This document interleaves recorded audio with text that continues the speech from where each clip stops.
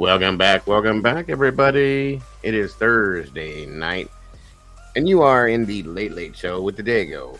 Guys, we're going to be reviewing something in regards to the Sebastian Rogers case and going over evidential review on Madeline Soto's case and probably some more stuff, too. So I hope you're into that kind of stuff tonight, and I appreciate you guys joining me for the Late Late Show. It's always a great show. I always enjoy it, and I always enjoy hanging out with you guys late in the evening like this. So it's the best way to close out the night as far as I'm concerned. So thank you guys for being here again. Please, if you will, please make sure you're hitting that like button so we can get this up in that algorithm. You know it. I'm so tired of saying it. I hate to have to say it again and again, but you know how it works, folks. So once again, guys, thank you for joining me tonight. Let's make it a good one, and let's get the show on the road. Here we go. Well, you know.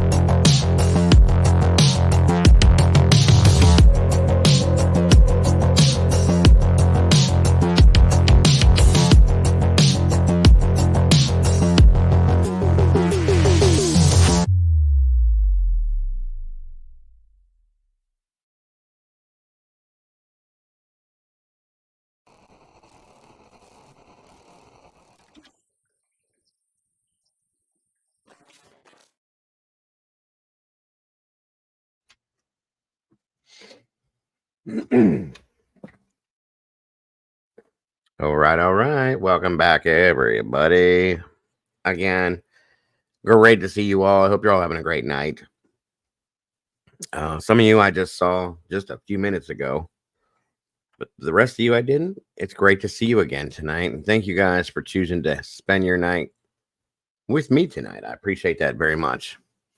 Like I said, guys, there's a little bit of stuff that we're going to review in regards to Sebastian. There was an interview done, I believe it was with Dog Bounty Hunter, where he had some thoughts on what he believes happened with Sebastian, possibly. A little something there. And then we have some interesting stuff to review in regards to the Madeline Soto case, some evidential stuff. And then whatever else we get into is what we get into. So we shall see.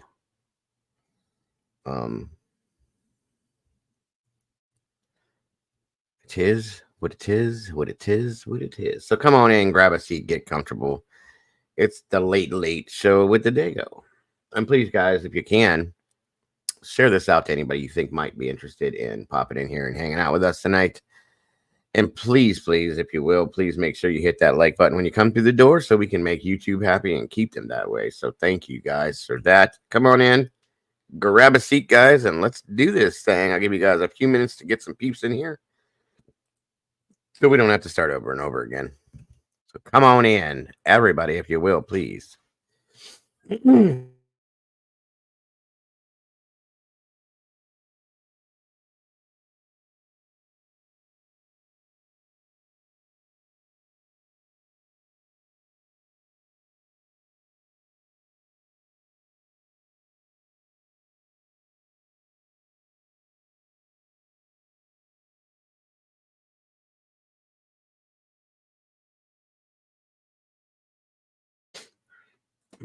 I did, Molly, and we covered that in the last show. Speaking of which, let's see who's in here so far. It looks like Renee Marie. Welcome. Good to see you. Of course, Molly. Good golly. Molly's in the house again. Alicia J, welcome back to you. Prying Paula, wonderful to see you again tonight. Glitter is forever. Welcome back, dear. Good to have you here. Dry Bones 222. Thank you for joining us. Gene Spratt, great to see you. Come on, White Trash Crackhead Dum Dum. Thank you for joining us. Barq, welcome back to you. Great to see you tonight. Taylor again with Stitching Bitchin' and True Crime. Great to have you here. Great to see you. Bonnie M, always a pleasure. Great to see you. Miss Marcy, thank you for joining us tonight. I appreciate you very much. Mittens for Kittens 435's in the house again. Great to have you here. Excuse me, guys. Sorry. Let's see. Anybody I may have missed at the bottom down here. Siggy or CG, welcome back. Great to have you. Great to Siggy. That's what I thought. Thank you very much for joining us. You are appreciated. Come on in, everybody. Get comfortable. Let's make sure we welcome Miss Kimber. Thank you for joining us tonight, Miss Kimber. I appreciate you very much for joining me. Thank you. I was fixing to tell you I was backstage. I typed backstage in chat. I saw you. I was just trying to finish getting through what I had. Backstage. Yep, it's okay. Salty, you are welcome as well. If you check Discord, we got 49 people in here and 25 likes, guys. Let's try to make that match a little bit so we can get this up into the algorithm. Please, please, please. Come on in, everybody. Excuse me. Sorry. So yeah, we're gonna look into that stuff, and like I said, whatever else maybe we jump into, who knows what's gonna happen. Hi, Paula. I'm looking. Let's see. Did I miss anybody? I don't think so. And Renee Marie and Molly both. We covered the 9-year-old boy in the last show. It was one of the first things we looked at. It was pretty sad and disgusting, if you ask me. But yeah, we did cover that in the last show. Welcome back, Dawn. Good to see you tonight. Thank you for joining us. Please, again, make sure you're hitting that like button, guys, when you pop in here, and share this out if you will. Welcome here, Tom. Welcome back, Tomboy. It's good to see you tonight. Party of 5. Great to see you. Thank you for joining us tonight. Come on in. Again, share it out, guys, if you will. Hopefully, everybody's getting their notifications. Hopefully. Come on, come on. Come on, come on, come on. Salty is in the chat tonight. I see her there. Welcome, Salty. Good to see you as well.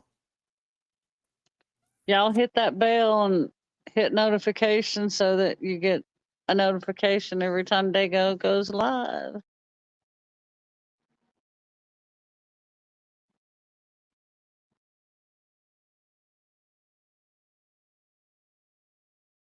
And like and subscribe, please. Oh, I just said subscribe. Yes, like and subscribe. Please and thank you. Welcome back, Chalsaurus Rex. Good to see you tonight. And guys, yes, please leave a little bit of your DNA on that like button when you come to the door.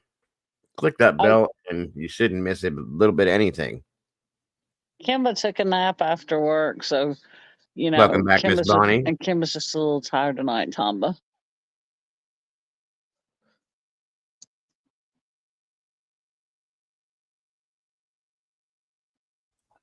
Welcome, Miss Salty. Thank you for joining me tonight. Hey, Salty. Hello. Hey, I was hanging out in chat saying hey to everybody. Mm-hmm.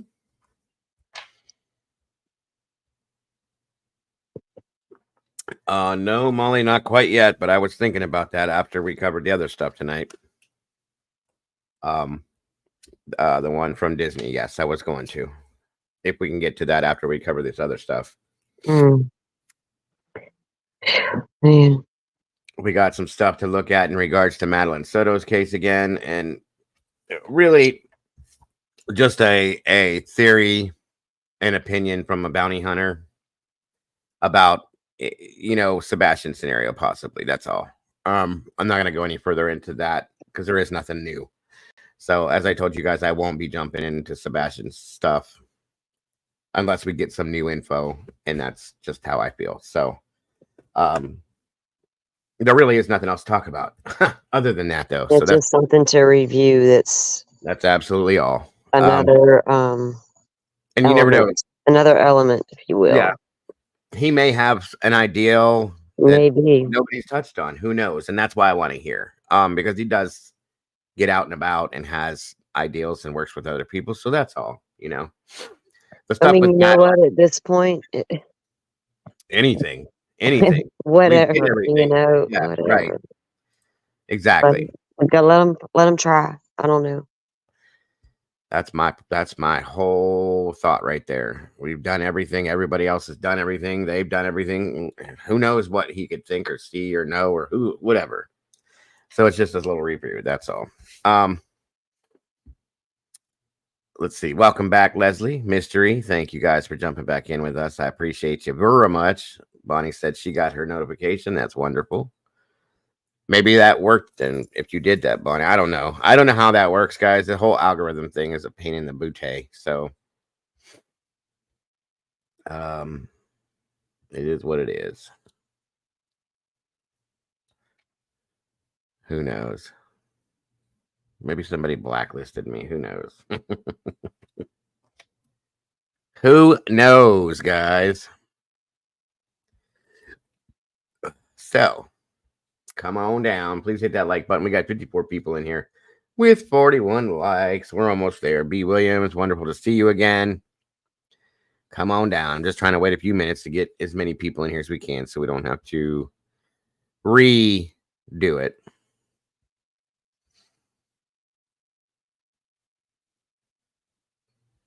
Yes, Siggy, that's who that is. Shauna March, welcome back. Good to see you tonight. Went out and back in. Okay. Maybe it worked, Bonnie. Maybe it worked. Mom is on vacation, Leslie. She's having a great time on her vacation, from my understanding, and it is very well deserved. So I try not to bother her at all, unless she bothers me, which it's not a bother. So if she messages me, of course I'm going to respond and talk to her, but I will not bug her while she's on her vacation unless she wants me to. So I know what that's all about. Welcome back, Michelle Weddle. Good to see you tonight. Tracy Smith, good to see you. Oh, I'm sorry to hear that. Well, I hope it works for you tonight. Let's see here. I think I got everybody that came in so far. 57 people, 54 people, 57. So be it. We're getting there with the likes too. Just as long as we can get this in the algorithm, that's all that matters, guys, because that's what YouTube has to have. So How's Siggy? Is that how you pronounce that, Siggy? yes. All right. That's kind of cool how you say that too. Hello, everyone else. So I wasn't like that's why I was hanging out in chat earlier. Is I always like to say hey to everybody. So hey, everyone. Yep. Trying to watch the RNC thing on my laptop. I am struggling with all the me. Yeah, I can only imagine the headache. I don't know, honey. I couldn't tell you anything. I couldn't tell you one thing about what's going on and all that. So I have no comments. RNC. Hey, Mystery. Come on down, everybody.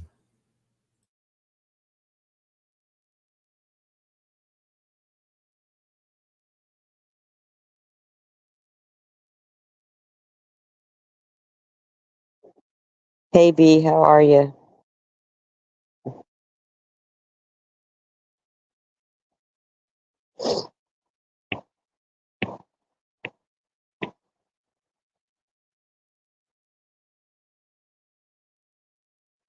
So Dago, Yes, ma'am. that story earlier, about the church, the Doomsday type stuff. Mm-hmm. No, that's like straight up Lori Vallow, Chad Oh, Daybell stuff. absolutely. Yes, absolutely. And 100%. so, yeah, and there's some really good.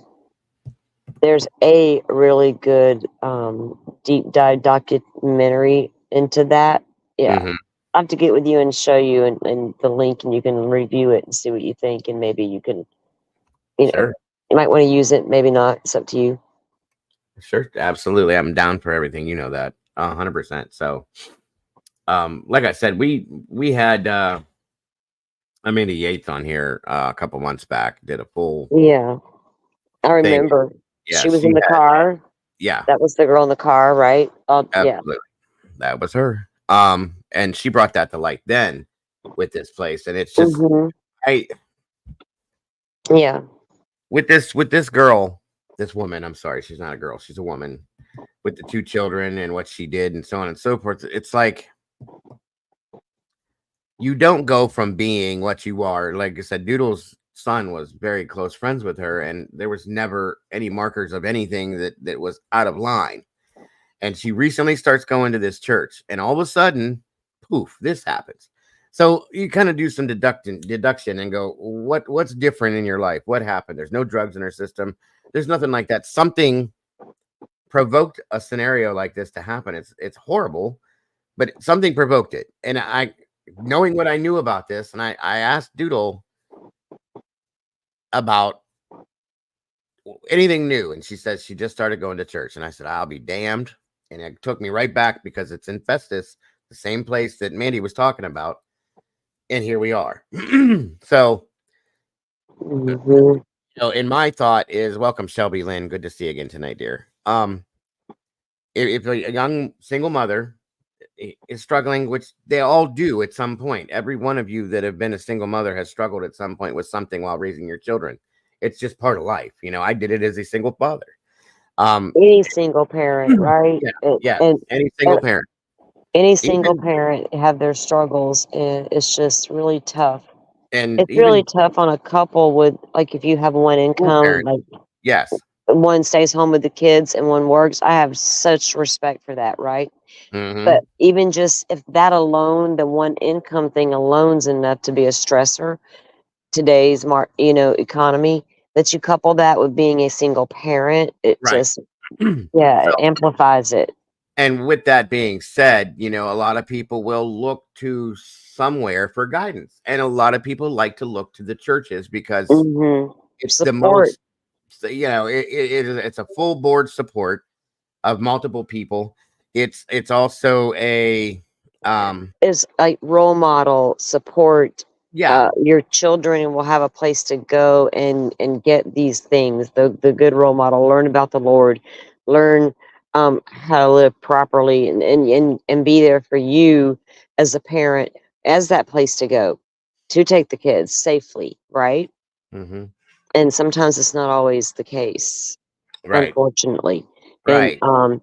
even and it doesn't have to be just a religious setting. It can be, there was a time in this country that I'll say the mid to late 70s, there were daycares that were open 24 hours a day, and they were unchecked and unsupervised.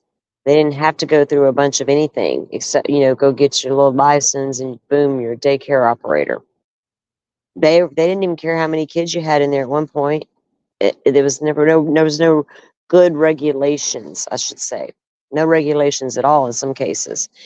And it started coming to light that bad things were happening Mm-hmm. in those daycares. And you can Google it and see how bad it really was at one point. So when I imagine. when Yeah. yeah, and so these people will, I feel like in a lot of times they will gravitate to what suits their needs, that a good cover. Mm-hmm. Do you know what I mean? To get Mm-hmm. away with what they're doing. And this is one of those things, I think. Absolutely. I can agree with you. And like I Yeah. said, this is the only change that this girl's had in her life. She's been a great mother up until this point. There's been no flags of mental health in the past, so nothing, no drug use, no nothing. And then all of a sudden, out of nowhere. And that's the only thing that leads me to believe that this is, based on what I know about this church alone, it's got to be at least a possibility at the very least, and it needs to be looked into, in my So opinion. did she attend? Was she a regular attendee of the church? As of recently, yes. And that's, you see what I'm saying? Like, Well, I know, but how recently do we know? from what Doodle said, it's been, over the past couple months, I guess, few months, maybe a Yeah. little longer. So, Yeah. when things like this get into your mind and you're being led around by somebody that is just not a good person. Well, yeah, you can. The thing about Hold on 1 second. Let me respond to Okay. something real quick. And I'm Yeah. not going to be rude. I'm not going to be rude. But Nunya, I know who you are, and I thank you for being here. First of all, I don't know why that's happening. I'm not going to be doing that nor responding to that person by doing that. No, I never sent any pictures of myself. That's ridiculous. And nobody runs my channel but myself. These people and these ladies work with me and help me along with different things, and I enjoy having the company, and that's all that it is, truly. So it's nothing more than that. I don't want anybody running anybody and dragging anybody in the chat or anything. We're better than that over here. We don't do that kind of thing, and there's no point in it. So it's just, that's all. I respect you asking the question, though. I know, and I respect you being angry. I understand. If you know what the channel's all about in here, then there's no worries at all whatsoever with it, and that's all there is. So, but thank you for being here. I appreciate you, Dane Crawford. Good to see you. Finger Collector, hello. And appreciate that as well. So go ahead. Sorry, Salty, I didn't mean to interrupt you. I wanted to answer that real quick before it got any further. No, you're good. You're good. I don't even know if I recall what we were talking about. It was just about the church and the fact. Yeah. I mean, there could be. I just, I'd have to look further into her ties and how deep she was involved with it. There's a lot because, I have reservations when it comes to these organized religions to start with. So I don't like just jumping out of the gate and blaming them for stuff, but I always like a side eye that shit, Sure. Can't help it. And knowing other things I know makes me go, what? Doomsday what? Well, here's the thing. When this guy himself, if y'all don't know, let me say this, Dago. If y'all aren't aware, Lori Vallow and Chad Daybell, they were Doomsday preparers. And when Chad was writing his books and things, that's what he was writing about. And then he shifted into his prophecies and all this other stuff. But under their religion and their guidelines, the children were the zombies. So, and it's a real thing with them. And once they label you or designate you a zombie, you have to be neutralized, basically. So, and it's unfortunately a real thing, and people knew about it in the Lori Vallow case. And so that's why I was like, wait a minute, it took me back for a second when I heard that also tied to church, tied to this lady, and was like, my mind couldn't help but go there. That's just like the backstory on what that means for me with this type of thing. So, it makes sense. Full-heartedly makes sense. So, what was I saying? Oh, like I said, as you sit here and just kind of look at things and go, okay, what has changed in this girl's life? What is different about what is going on within this girl's life? Did she have a new boyfriend? Is she on drugs? Did she started drinking? Did that happen? And you deduct all those things, and nothing's there different except for attending this new church. What else can you say? Knowing what this guy proclaimed himself to be the leader of the Von Terror cult, and people in this town are warning people, stay away from this. Stay away from this. Mandy came on here and says, please stay the hell away from this. Doodle knows, stay away from this. They had a whole thing for the eclipse. They had an eclipse party. but they were doing sign-ups of nothing but young girls and recruiting them into the church by themselves. Huh? And these two were arrested for, one is in now a RSO because of certain things, blah blah blah, so on and so forth. I don't know if that's what it is. I don't know. We don't know. Nobody knows at this point if that's what provoked this girl to do what she did to her children. But damn, I'll be damned if looking at her situation, I'm not a detective, I'm not a law enforcement official, but what we do here is related to that, and we know how to do some investigating, some generalized research, and it didn't take much to figure that out. So I could be completely wrong, and it could have nothing to do with that. The girl could have some serious mental things that happened, psychotic break, possibly. Any of those things could have happened, but there were no warning signs of any shape or form leading up to this situation. Then all of a sudden, you wake up one day and you decide to go do this. Something's not right. So that's just my own personal opinion. And again, as I always say, people don't have to agree with me, and I respect that. So welcome, Robert Brell. Good to have you back. Penny Monroe, Dane Crawford. Great to see you tonight. Thank you guys for joining us. It's called the Sophia. It's a long name. I have it written here in my notes. Saint Sophia's something. Where the hell did it go? Dago, in your stupid handwriting that you can't read on your own. I can't read my own handwriting sometimes because I write so fast. It's a specific type of Saint Sophia's Orthodox Church, and it's based off of it's not a church. It's just not a church. That's all I can say. Because when we looked into it before, no. So it could be. But I just don't know what they're talking about within their services. And we've had, witnesses that have come forward, people that used to be part of the church that said this is bad, this is what's happening. That's no. So I don't know. I don't know. Let's see here. No, Leslie, we were talking about the girl that unalived her 2 children. She shot her daughter, 9 years old, and then she drowned her 2-year-old son. That was what we talked about in the last show. Miss Shelby says, I'm from Long Island. We had a church near my house, and after school hours on weekends, teenagers were constantly out in small groups trying to recruit. It is. And here, in this church cult, I'm going to call it, said that you had to sign an NDA. There's Doodlebug. You had to sign an NDA to be part of this. What the hell? An NDA to be a member of the church. Mm-hmm. Yeah, anytime somebody tells you got to sign a non-disclosure, I don't sign that shit for nobody. No, that's your first warning right there. So God don't need you to sign no NDA. No, he don't at all. So you already have one. All right. And the reason why you're probably thinking that, Leslie, is because Salty said it gives the same vibes as the Chad and Lori Daybell situation. That's why it got brought up. That's probably why you're thinking. So no worries, no big deal. Oh yeah, sorry if there was any confusion, but yeah. It happens, and it does. It has the same markers in a lot of ways, guys. It's kind of crazy, Miss Cassie's in the house. Hello, good to see you. And I thought the same thing when I heard about the Muir situation, because I heard that mentioned, and in this, it's like, yeah, you can't say never. My mama always said, never say never. 100%, yeah. Yes, Siggy, like Micah's case again. Charlie Creepy Vibe, of course, yes.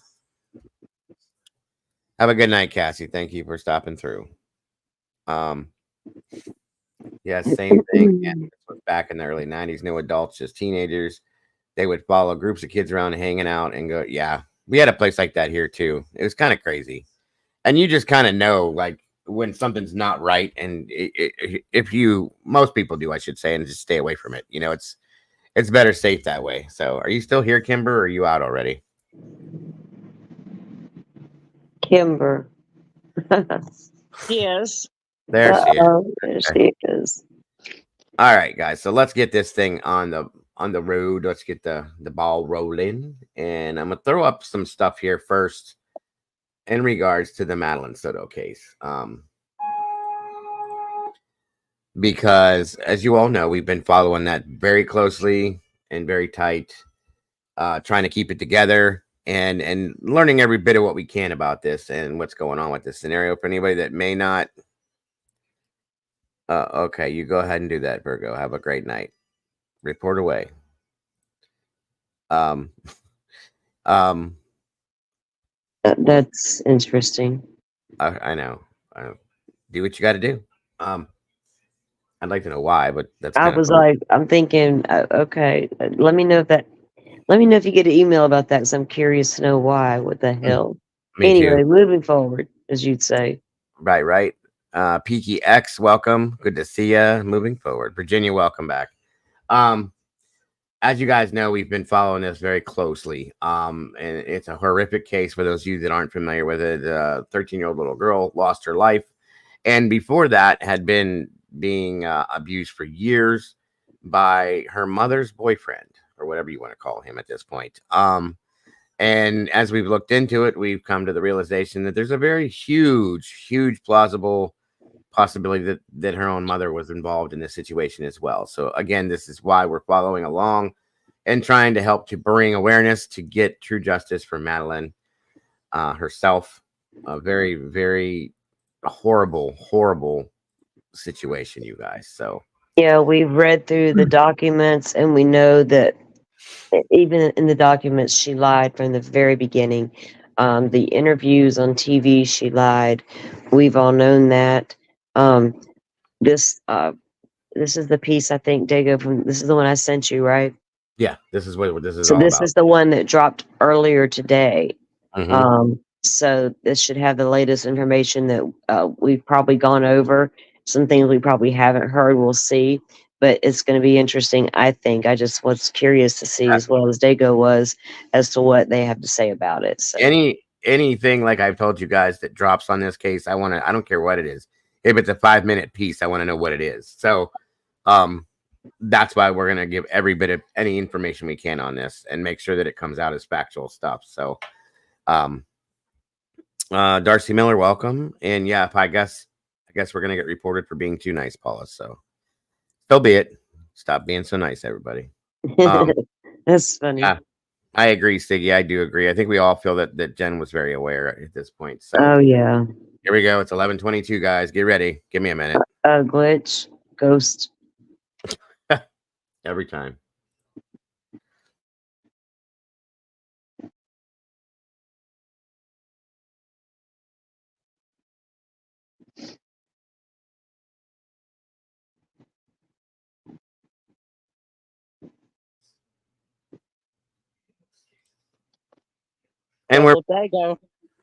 And we're back. That's always Yeah, silly. his ghost was in the house for a minute. So Only at 11:22. I yeah. went through my system today and I still can't figure out what the hell it is. It's set. Something is set, I think, for an update or something, and I can't find it to pull it. So I'll get it figured out one of these days. All right, let's pull this back up here again. Right, Leslie, 11:22. Boo.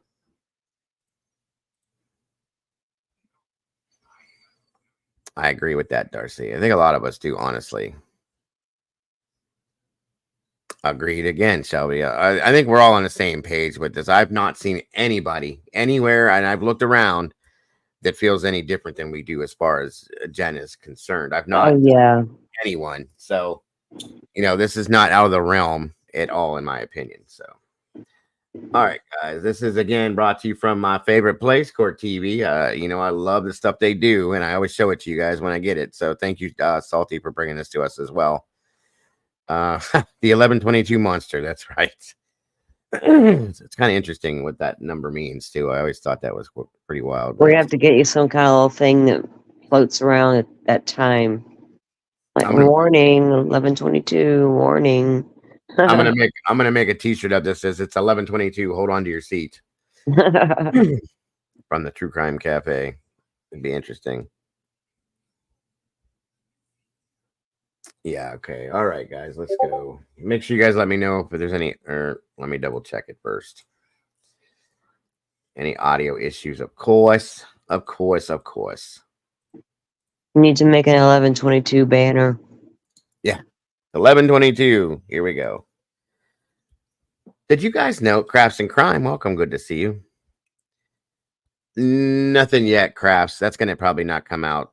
If ever, it probably won't be till trial. I guess I'm not gonna. We'll talk about something else later after we get through all this stuff. But I thought it was kind of interesting and funny to me. How about a girl shirt that says 1122 boo? Absolutely. If Doodle's in here, she's probably already working on it. So who knows? All right, off we go. February 25th was Madeline Soto's 13th birthday party. A big day in any child's life, celebrating the end of one phase and the start of the next, the teen years. But tragically for Madeline, this was not the beginning of her teen years, it was the end of her life. She was reported missing the next day by her mother, Jen, and investigators believe she was already dead by 8:19 the following morning. But that doesn't match the story given by the man charged with her murder, Stephen Stearns, Jen's live-in boyfriend. He says he dropped Madeline off at school, a story Jen repeated to police and to the public in TV interviews. Tonight, we are live from Florida as we take you back to the scene where Madeline's body was recovered, the place where Stephen Stearns was reportedly seen changing his tire. Then we'll show you the place where Stephen Stearns allegedly put Madeline into the trunk of his car before allegedly disposing of her body. Then we'll take a listen to Stearns' story.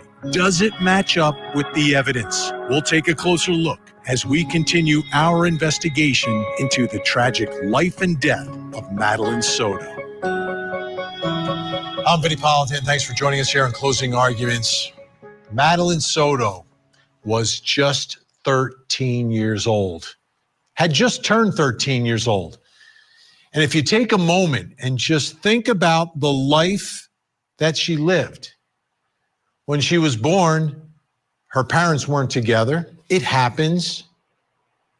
But a man comes into her life, and for 5 years, the allegations are he is sexually abusing her. Recording it, taking pictures for 5 years. That was her childhood. The childhood that she remembers. This man is in her life doing these things to her. And that was her world that she was living in. And while her mother was there, was her mother really there to protect her? Her mother, Jen Soto, what was she thinking? Welcome back, Princess. And basically tell her boyfriend and her daughter to leave her bedroom and go to a bedroom by yourselves, you two.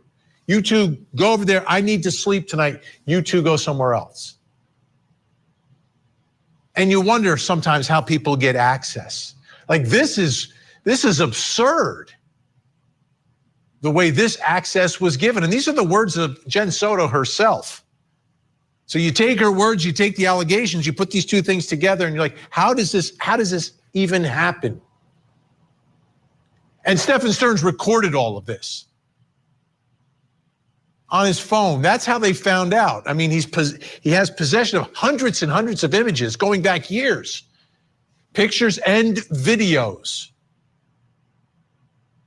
Sick stuff, absolutely sick. But this was the life that Madeline Soto was living.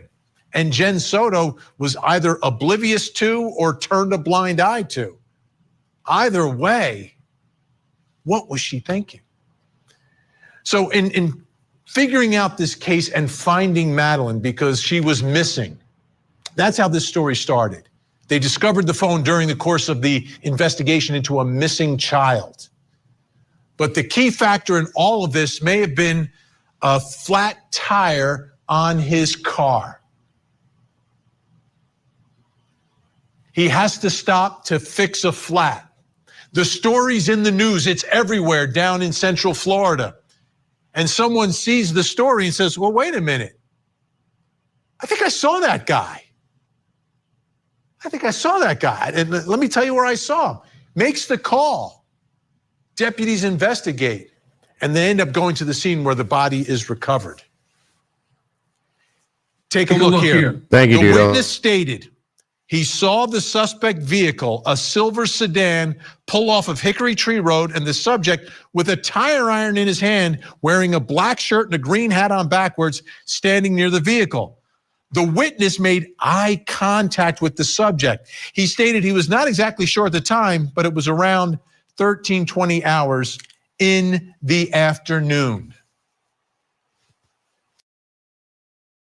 That would be 1:20 120. 120. p.m. in the afternoon, guys. For those of you that don't know. Yeah, and there's another witness that put him there at the same time frame with the flat tire, and that's that witness. But see, that witness said that Stearns was there that morning between 9 and 10. Like they lived out there, so I guess they were headed into town and allegedly saw the vehicle there between 9 and 10 a.m. Right. And then as they returned, heading back home, they saw it again at the 1:30-ish time frame. And this time, there was a car behind the car with a person with red hair that appeared to be helping the individual with the flat tire. And I was like, I wonder who the person was in the car with the red hair, because that's a dead on witness right there, right? I let also along with the other ones that place him, two other ones that place him there, this one and the other guy. So there's two that see him, but now who's the guy in the car that helped him? I was looking through the documents. I don't know yet. Right, and then they're also claiming to see Jen's car there, or not there, but in that area. Well, that's the thing. And I was looking right before you aired for the exact. I was trying to go back through the 896, and I know I got my notes, and I know Butterfly's got her notes. I don't even know if she's in here, but anyway, you're right, because it appears that Stern's vehicle was there at that time frame we just spoke of, possibly earlier that morning. That's twice. But then Jen's car left Monday night, overnight. What was it, 3 a.m., I think it was? I'm not positive. I don't quote that, but I think it was around 3 a.m. And it allegedly went back to the crime scene area. Right. Now, I don't know. I was also trying to find out exactly what date they put the trackers on the vehicles.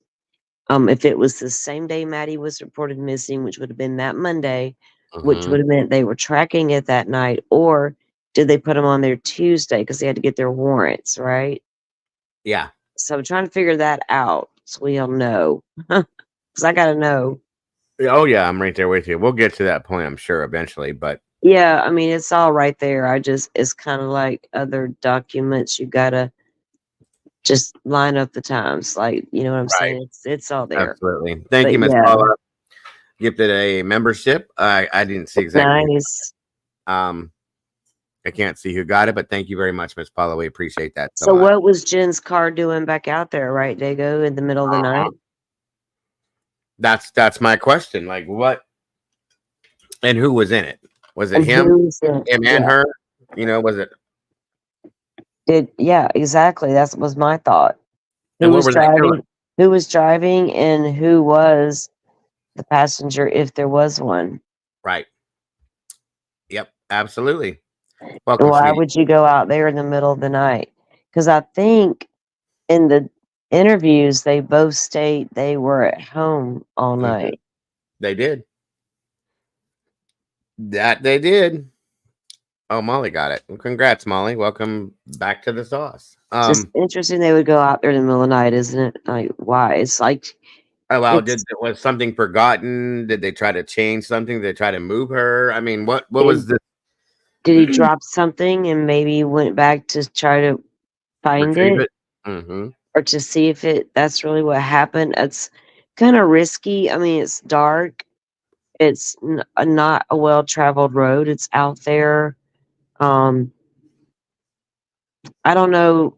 And neither one of these two are very smart. We know that now. No, So they're not really. They're not. And camera, it's dark, so I don't know if there's any good camera footage of them or not once they get out. I don't know about in town if they've got anything good.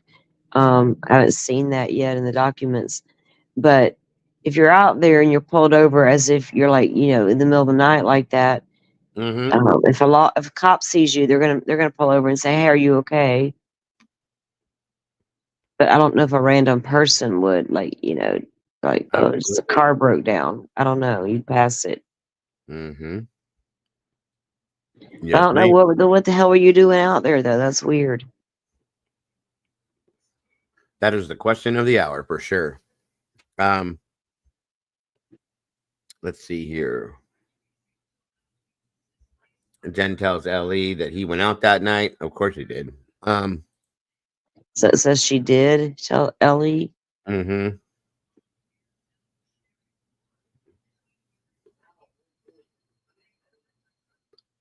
I do agree with that, Swish. She did look pretty wore out.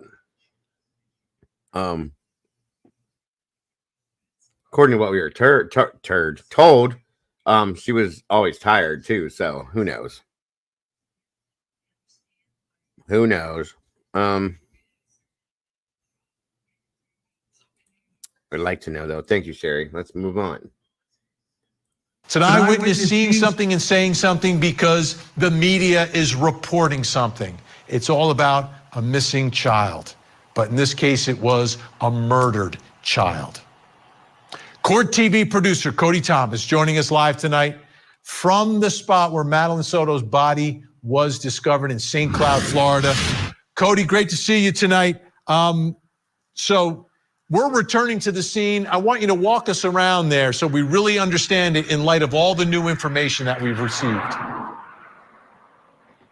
Of course, Vinny, let me give you a little lay of the land here. As you can see, in either direction on this road, it's pretty rural, it's pretty flat, and as you can see, there's not too many cars coming, so obviously not too busy. Lots of woods, there's even some cows back here behind me over there.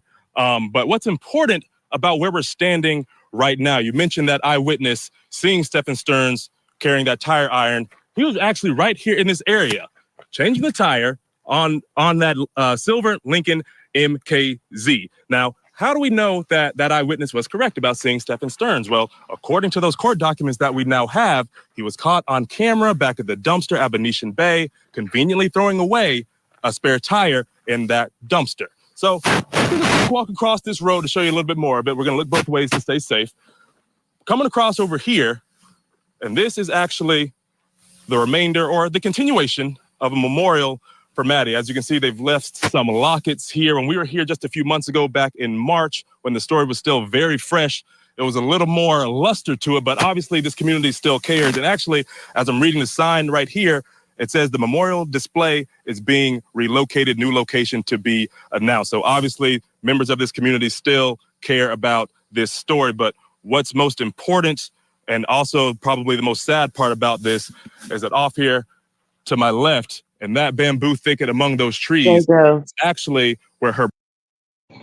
When was the last time Mom went out there, Kimber? It was not that long ago, right? The memorial is still in that area. This is obviously not recent. He just said it was going to be moved.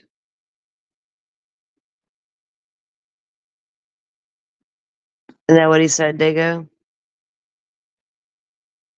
He did, but what is the date on this video? I don't know. Court TV just aired this tonight. So I don't know. That's why I was asking when the last time I went out there, because he just said that it was going to be relocated. Right now, it looks like it's the same area, but I don't see a memorial there yet. So it's not old footage. Anyway, go ahead and play it, Dago. I'm just thinking out loud, I guess. Because the memorial looks like it's on the other side of the street from that. But I can't remember. Hmm. I don't know. Maybe I'll have to go look at her Or videos. maybe it's on that, or maybe it's on that land. I can't remember. Oh, it is on that land because they're talking about putting a concrete bench there. Yeah, 'Cause right the there where he's at is, yeah, Because the owner has agreed to let them keep that memorial on that land. that's what I thought. But anyway, okay. Maybe he don't know facts about it, the local dude there. All of it anyway. All right, go ahead. I'm sorry.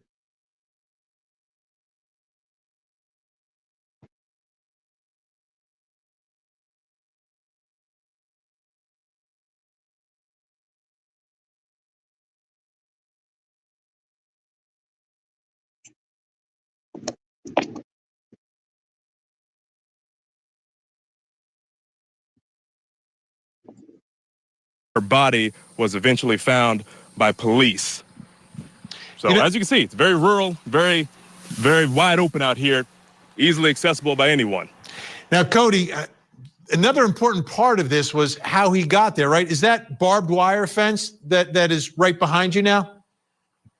It actually is barbed wire fence. And when I was here back in March, there were some ladies out here that were really tapped into the story. And they told me that this is all private property, all private farmland owned by another resident out here. And there's a gate right over here that we can see. And when I was out here last time as well, a few months ago, that gate actually open. And what those ladies told me back then was that that resident that owns this farmland actually has, really big regrets. He feels very sorry that those gates were open that day. Obviously, they're closed now, but that could have been how he got access to get behind this fence back there in that bamboo thicket where her body was found. So he's on the other side of the street changing a tire. We believe at that time that Madeline is in the trunk of the car. To me, this is a moment where there's a lot of potential vulnerability for Stephen Stearns if what investigators are telling us is true, that he's on the side of the road, he's got a dead child in his trunk, and he's got a flat tire.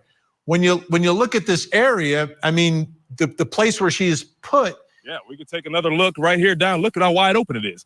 You can see anything. I mean, here's some cars coming right now. They can see us standing right here. There's nothing hiding, and it's not too far from the road either, just a few feet, maybe a couple yards. So very wide open, especially in the afternoon where there's plenty of sunshine, obviously not too many trees around here. Any cars coming by could have seen him doing what he was doing with Madeline's body that day. So I guess the question is, which comes first, the disposal of the body or the flat tire? And I don't know if we know the answer to that. Flat tire, Vinny. If that gate was open, he would have been able to pull his car a little. What's that? I said flat tire, Vinny. Mm-hmm. Yeah, absolutely. A little bit closer so he doesn't have to literally carry a body across the street. That is true, but again, like you said, we don't really have the answer right now. He could have done that because as you see right now, there's no cars coming in either direction. So if there was a big window, maybe he could have picked her up really quick. Maybe he could have came up, if that gate was open, walked through this fence, tossed her and ran right back and started changing that tire, realized he had the flat tire, and that's when that eyewitness came by and saw him. Cody, right now I'm just having a little difficulty hearing you. Let me ask you another question because I think you can hear me. I just can't hear you. So if it repeats what you said, my apologies. So the car is on this side, the gate there. As you look at where the question is, does it have to be buried or could a body just be driving back and forth? Behind me, some of this brush is a little more thick than it was a few months ago when I was here. But say the farmer that owned this land be seen from the road, if maybe you might not recognize that it's a body, but you'd recognize it's something out of place. But what we're seeing right now, it could definitely be hidden behind any of this. So to answer the question, does it have to be buried to be in view? Once again, Cody, I'll do one more follow-up here in what I'm asking you. So in the time that you've been there, and I'm trying to ascertain how busy this place actually is, are there cars going back and forth? How far are you from closest home? Well, Vinny, I do hope you can hear me right now. Hold the microphone just a little bit closer. There's one car coming right now. As we've been standing here for this period of time, there's maybe only been 8 to 10 cars that have come by. Not a very busy road of nowhere. No strip malls. This span of road is probably 6 miles long. We're probably 4 miles down the road right now. No strip malls, no security cameras, no lights even. So when it was dark, or when it gets dark, it'll be pretty much pitch black out here. But not much of anything happening going up and down this road. And I think the biggest question that may never be answered is why that spot?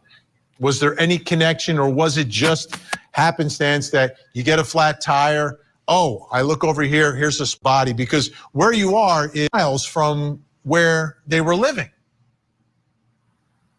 That's exactly right. About 20 miles, maybe 40 minutes, definitely out of the way from those Venetian Bay Village complexes. And again, like you said, this is steps for anybody to come by, such as that eyewitness that saw him changing that tire. It's really interesting to see. Cody, I know you're going to stay with us the whole hour. Shelby says, yes, the landowner ordered memorial removed, no longer wanted items on property. Advocates looking for new locations. They are very sad by the removal. I wonder why.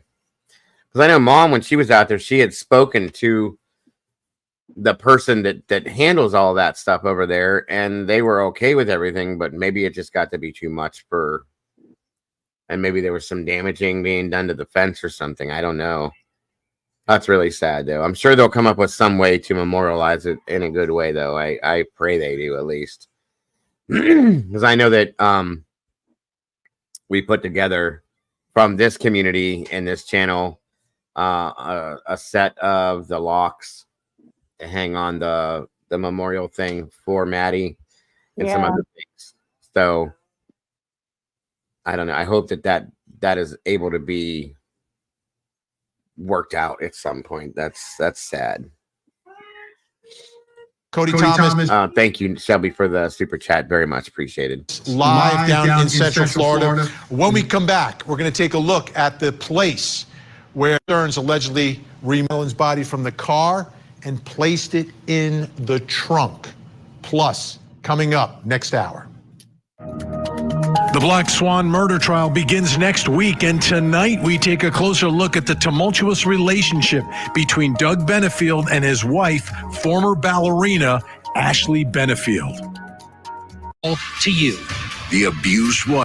While in the parking garage of the Holiday Inn Vacations building, a male wearing a dark hat, red shirt, and tan pants exited the vehicle and opened the trunk. The male then walked to the front passenger side of the vehicle, opened the door, and proceeded to carry what appeared to be a limp body to the trunk of the vehicle. So this is the moment when Madeline goes from being in the front seat and visible to now in the trunk. Let's go back out to Court TV producer Cody Thomas, still with us. Why did that person not call police right away and say, I just watched somebody move a body into the trunk that doesn't look like they were alive? That's my question with that scenario. It's a little crazy. They say the video camera captures that. Mm-hmm. But I haven't seen anything in the documents about an eyewitness seeing it. Maybe he just explained it wrong then. Okay. Interesting. Came from a video. See, that would make more sense. Maybe he just... Yeah, okay. Yeah, because the documents tell you what time he pulls in there. Mm-hmm. He goes into that parking garage and he parks, and he removes her from the front seat, takes the seatbelt off, removes her, and he places her in the trunk. And exactly. I Mom was gonna go to that location for us, but we went and mapped it and everything and took a look around. Right. So it's interesting to see the area. But yeah, that's what he did there. So I don't know. Yeah, but that was in the documents. So I don't know about an eyewitness, so I haven't seen that yet. Right. And I've been deep in the documents. So. Mm-hmm. Interesting. Welcome back, Annie. This is Cody. You took a trip today to that Holiday Inn Vacations parking garage. What did you find out? Well, Vinny, interestingly enough, as we pulled up, it was very populated. There was a lot of people that worked there. There was nothing private or hidden about it at all. And there was actually a security guard surveying the parking lot and that parking deck. Take a look. So this is that Holiday Inn Vacation Club's headquarters, where police say Stephen Stearns went. Good to see you, Bobby. Thank you for joining us tonight. That Madeline Soto was found missing. Now, court documents say he pulled into this parking lot and went inside this parking garage right here. We see the parking garage. It's only about 2 levels high. They say he went to the very top, so let's see what that would have looked like for him that morning. Turning into the parking garage right now, obviously plenty of cars here. A lot of people work here, not very discreet at all. So this is what the top of this parking deck would have looked like. And as I'm coming up here, one of the first things I noticed right here, security cameras. This guy is just a complete total idiot. Like, Goodness, right? Thank goodness he was. But yes, I'm grateful for it. Yes, agreed. But damn, how stupid can you be? I mean, you go to the top of the garage where the buildings around can see what you're doing. There's a camera or more. What the hell? Like, again, thank God he's this stupid is all I can say. Did he just think he'd be up there in open air, or something, and it would just be cool? Yeah, no, nobody's right here and can looking right at me. So I don't know. He's a complete dumbass. Excuse the language, but he is, and I'm grateful that he is. Goes right along. So. I mean, it was crazy for them to be able to capture that moment. Yes. Do you know what I mean? That's absolutely huge. That's huge. Every bit of this will be used against him. Thank God. That's all I can say. Oh yeah.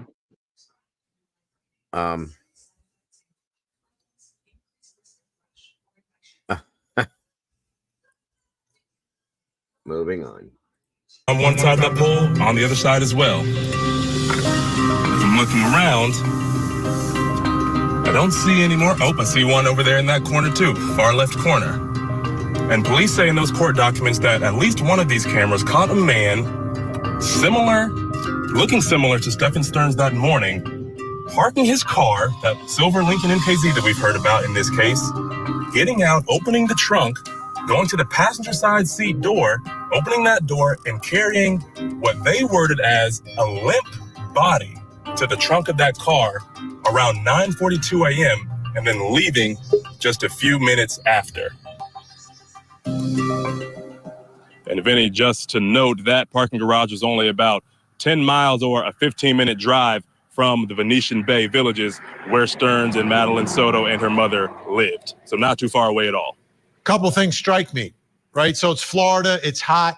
You're going to park downstairs, so the upstairs could be relatively empty. But you've got the cameras. I also saw the windows to the offices. If this is 9:40 in the morning, people are at work. I mean, people could have been looking through the window. Again, very risky type of conduct here, allegedly by Stephen Stearns. So he's at that parking garage, 9:42, makes the transfer from the front seat into the trunk. Where does he go next? So this is where it gets kind of tricky because there becomes a time gap between then and when his car is caught on camera. Again, he says around 11 a.m. that he went to a vape shop. We don't know if that's true or not, but we do know that somewhere around 12:50 that he was caught on the cameras at the back gate at Venetian Bay Villages. And we went back to that gate today to remind you of what that would have looked like. Take a look. So police know Stephen Stearns left the parking garage of that Holiday Inn Vacation Club's headquarters around 9:42 a.m. Then there's a gap where they don't know where he went in that silver Lincoln MKZ. But according to court documents, they do know somewhere around 12:49, 12:50 p.m., he was caught on camera at the back gate of the Venetian Bay Villages where he lived with Madeline Soto and her mother. He was caught on camera leaving this back gate, eventually heading on that route, going to Hickory Tree Road, where he eventually dumped Madeline Soto's body. And again, Vinny, that's where police say he ended up After that, took that route out here, drove that extra 35, 40 minutes to end up right here where we're standing and right here behind me where he tossed her body in that bamboo thicket. And that timing seems to work when you start putting it together to leave from. And again, the stupidity exists highly because of all the cameras. There's cameras everywhere. This just stupid. This is just stupid. Again, I'm grateful that he is this dumb, because we would have probably never known. Hey, Dago. If anybody that had any sense did this, we'd probably still be looking for her. Yes, ma'am. I sent you a link about them removing the memorial. Okay. So that people would understand it a little bit better. Okay. Thank you. You're welcome. The subdivision from the complex back out to St. Cloud where you are. So how long do we think Madeline was in that trunk? So, Vinny, this is where it gets even more complicated. So, of course, we know that police say he placed Madeline's body in the passenger seat around 7:35 a.m. And we also know, according to those documents, that he brought that limp body from the passenger seat at the top of that parking garage to the trunk around 9:40. Now, when the next intersection camera picks him up turning on this road, on Hickory Tree Road, that is around 1:20. And Vinny, I'm not the best at math, but from 9:40 to 1:20, that's almost 4 hours. So she was in there for a very, very long time. Once again, in the Florida heat, it gets warm down there. I live down there. It gets very warm. I know you live in Florida as well. All right, Cody's going to stay with us. We have more to ask, but let's bring in our think tank right now. Joining us tonight, criminal defense attorney Eklund Mercy.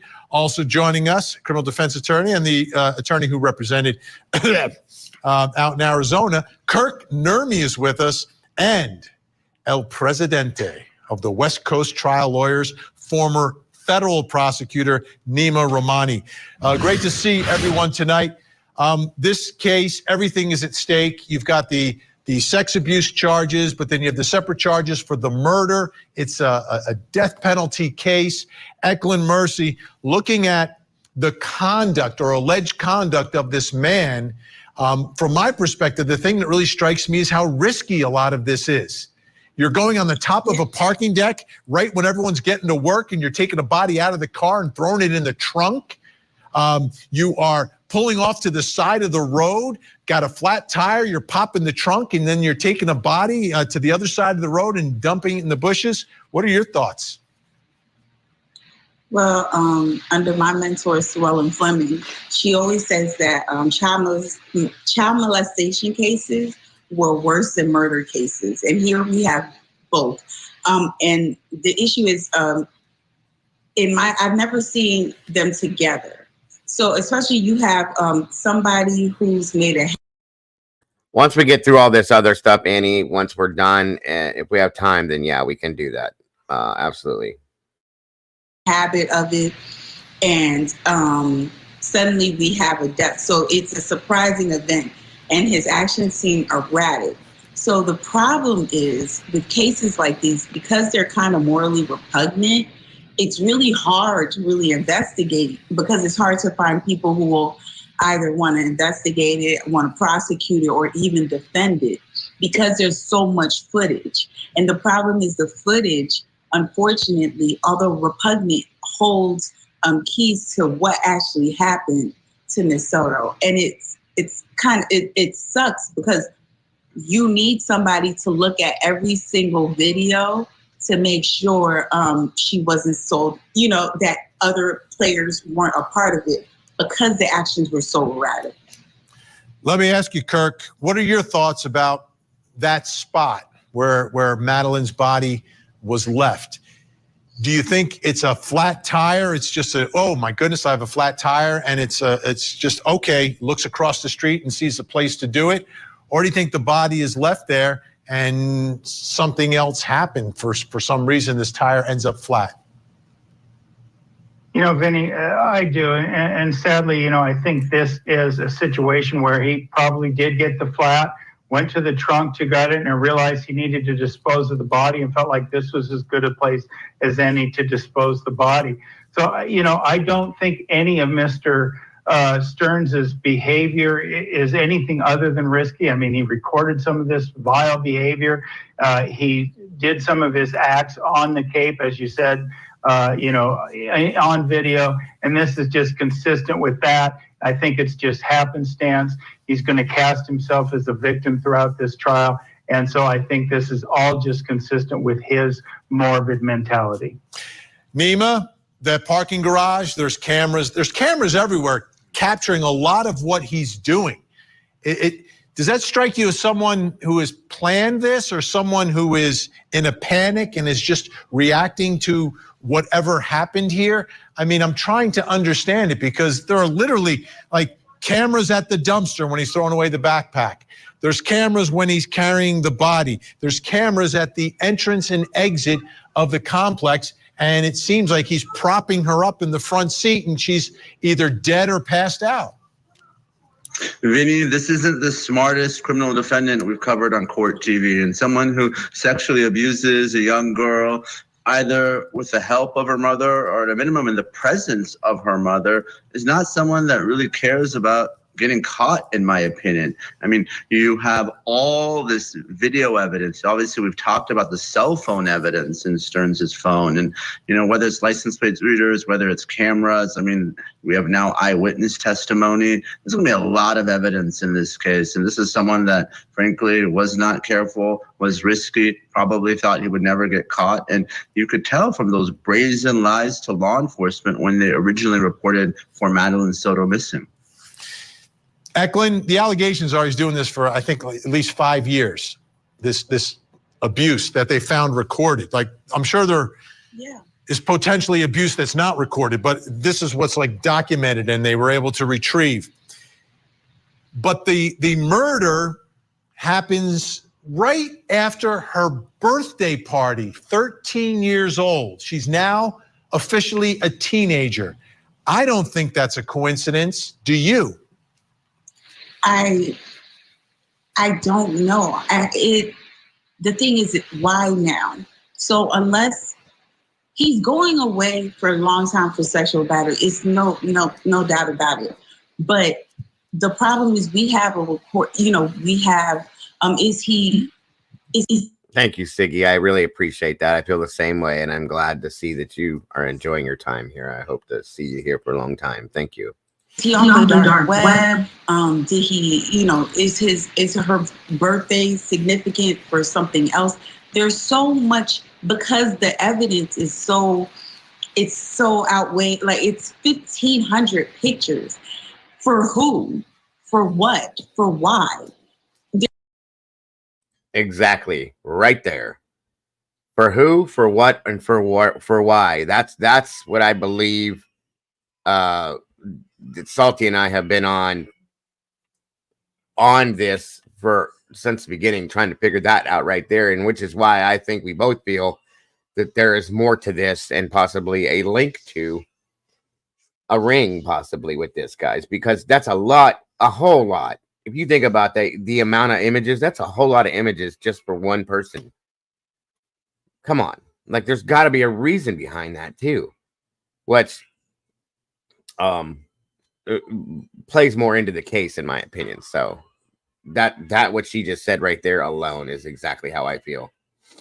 And then suddenly, so he likes pictures, and then suddenly you're just going to stop it with something happened that, and in order to get that body on him, we need to know what happened, or at least the prosecutor needs to have a story for that, because to be so consistent. Unfortunately, he was so consistent with his with the other crimes, like consistent with the other crimes, and then suddenly, just out of the blue, we have this. Although it's her birthday, but even then, why not the 12th, the 11th? So the prosecution has to make sure that they answer that. You don't want to just fumble it because we have all of that other evidence. We want to make sure that it's cinched up tight. Absolutely. All right. Think Tank staying with us. Cody Thomas still with us. Strange fact that has just been revealed. That night, after she's reported missing, another one of the vehicles from that house returns to the scene where Cody is tonight. More details when we come back. And that's what we're looking at right now. That's what I want to know about. So the map you're looking at here is from law enforcement. And if you start on the left side, you end up on the right. That is the purported route that Stephen Stearns, they believe, took from the home complex to the resting place where Madeline Soto's body was discarded there in St. Cloud. So it's Kissimmee, Florida to St. Cloud, Florida. Now, there's a bit of a timeline here, and the big news is that there is a second car from the home, not the Lincoln, but a second car that takes the same route. Let me show you. February 26th at 10:04, Stearns is seen on body cam showing police where he says he dropped Madeline off. But then you go later that night into the early morning hours, 3:16, Jen Soto's white Nissan is pinged on a license plate reader. The report stated it took the same path as Stearns the previous day. 3:35, the vehicle enters the dump site where Madeline's body was found. 4:09. Okay, so it went all the way to the dump site. That's insane to me. So they were there for, he or they or whatever were there for a reason. That's very interesting. The license plate is pinged on the way back home. And then at 4:30, the white Nissan, again, that is registered to Jennifer Soto, arrives back at the complex. Let's go back out to Cody Thomas, our reporter. I see it's getting dark there, which is appropriate right now because we're talking about not just one trip, but two trips, and the second one is in the dark. Yeah, you see it. The sun is definitely going down here, Vinny, and we actually recreated some of that drive today. One of the main roads mentioned in those documents is this 13th Street. It's this big freeway down here that a lot of the side roads crossed over and intersected, and it's also where a lot of those intersection cameras caught those two cars coming out here that night on Hickory Tree Road. Take a look at this drive. We are here in St. Cloud, Florida right now, about 30 to 35 minutes away from those Venetian Bay villages where Stephen Stearns, Madeline Soto, and her mother lived.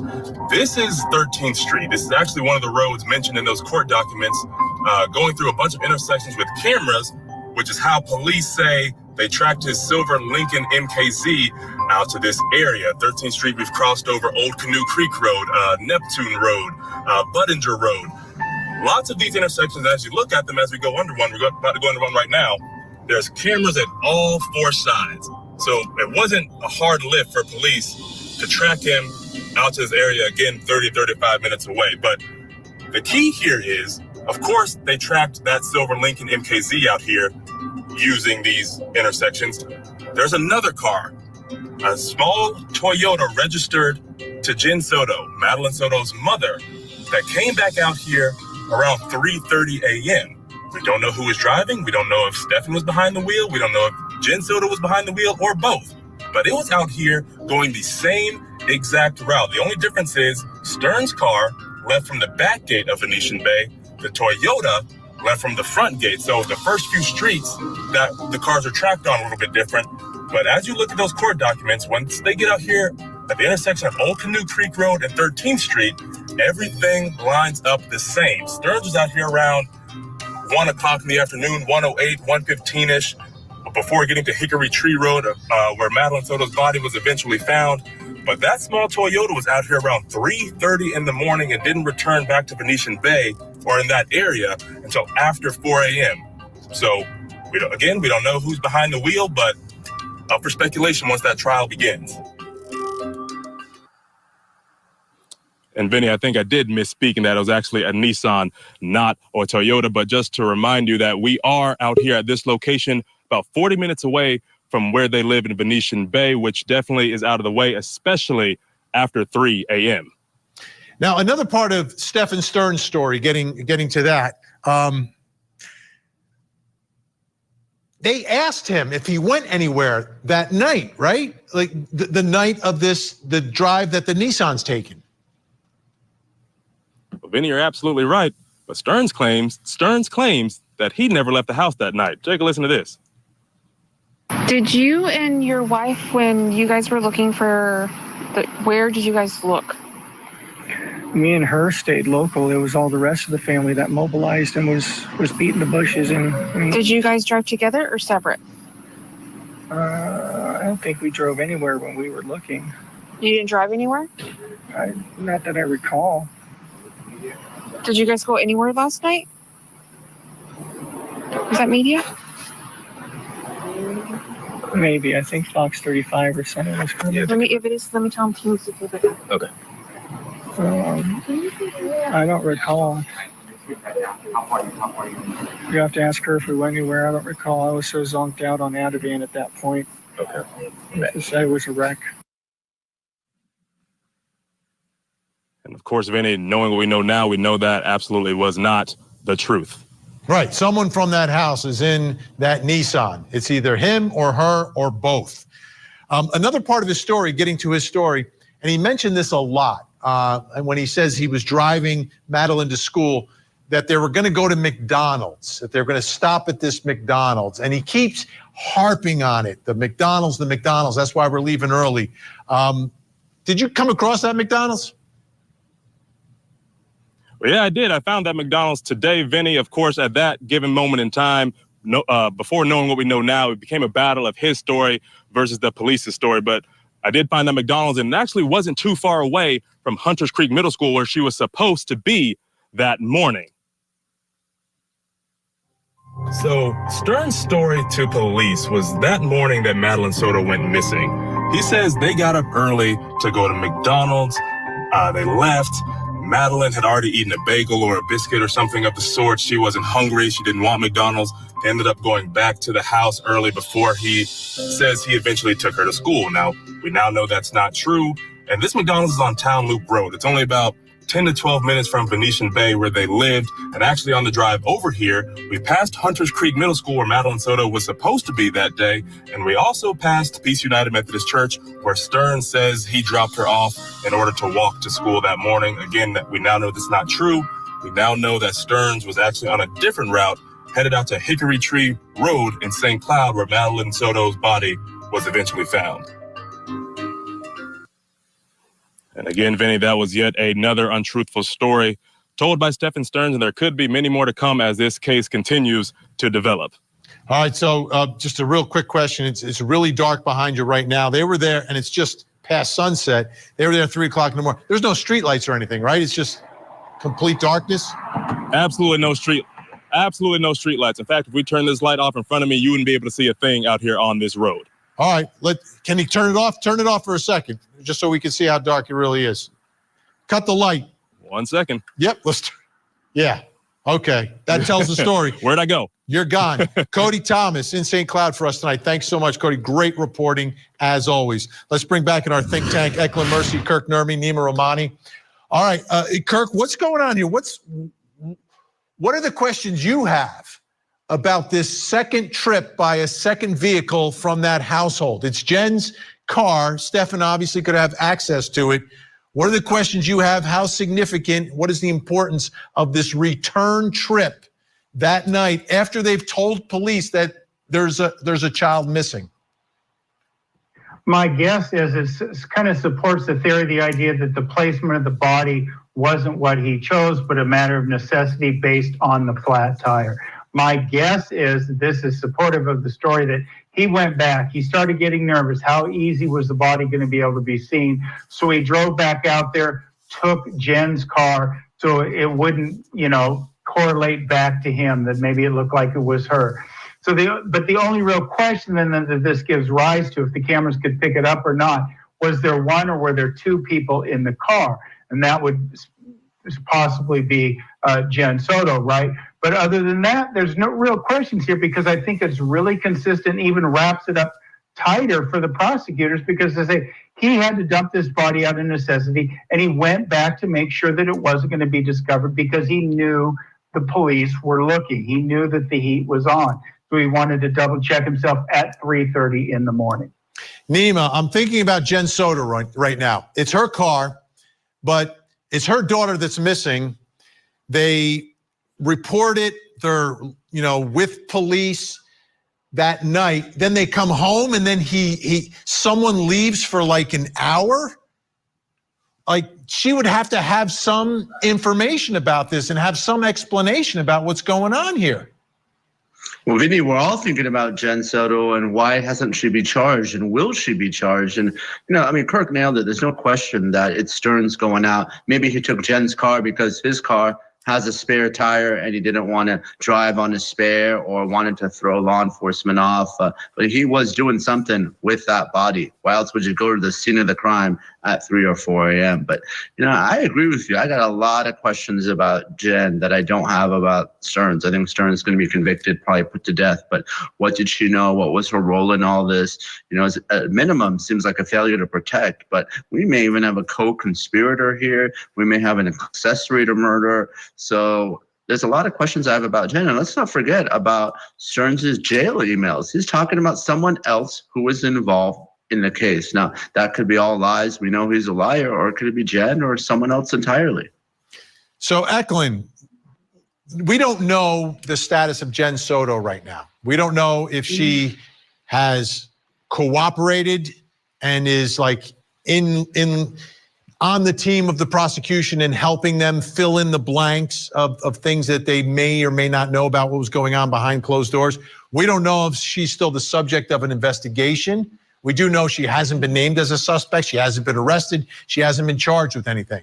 But it seems to me she has a lot of information that could complete this story one way or the other.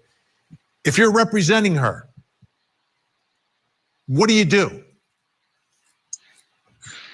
The issue is that I think she's involved.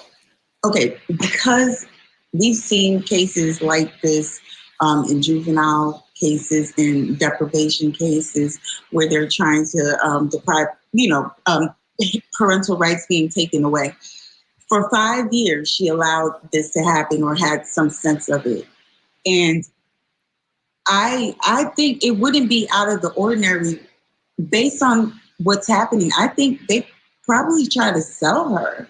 I think they probably tried to sell Madeline, and something went wrong and they had to come back, because I just see that the actions are just so erratic.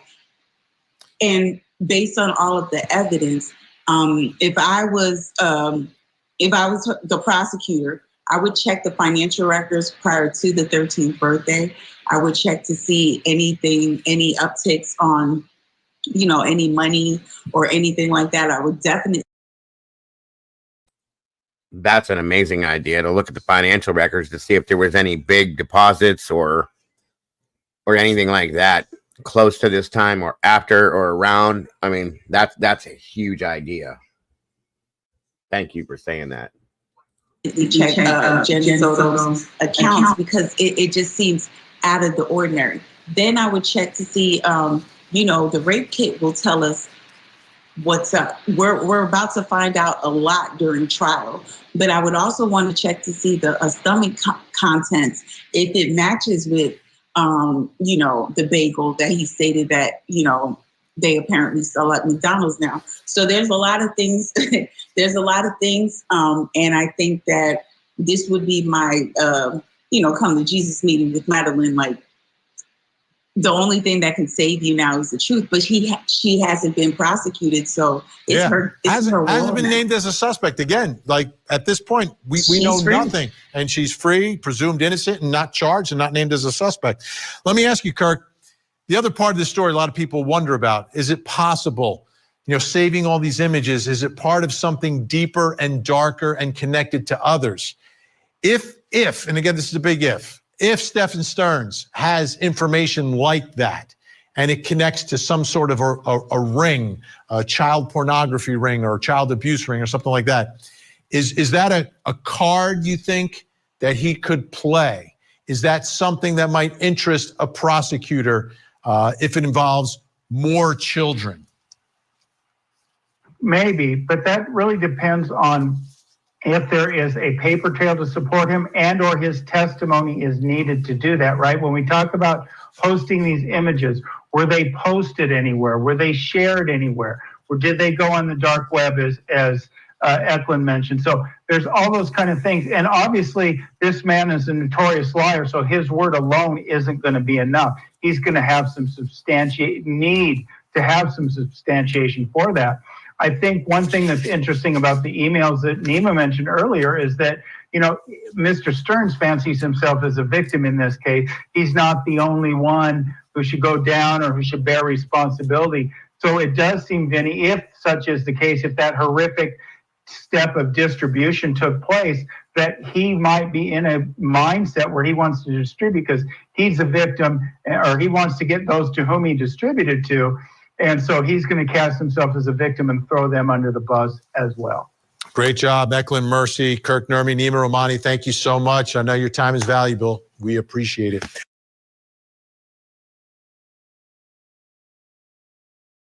All right, there's that. There was definitely some stuff in there that was interesting to see in here that we hadn't seen. Wait a minute here. Do you know if you? Oh.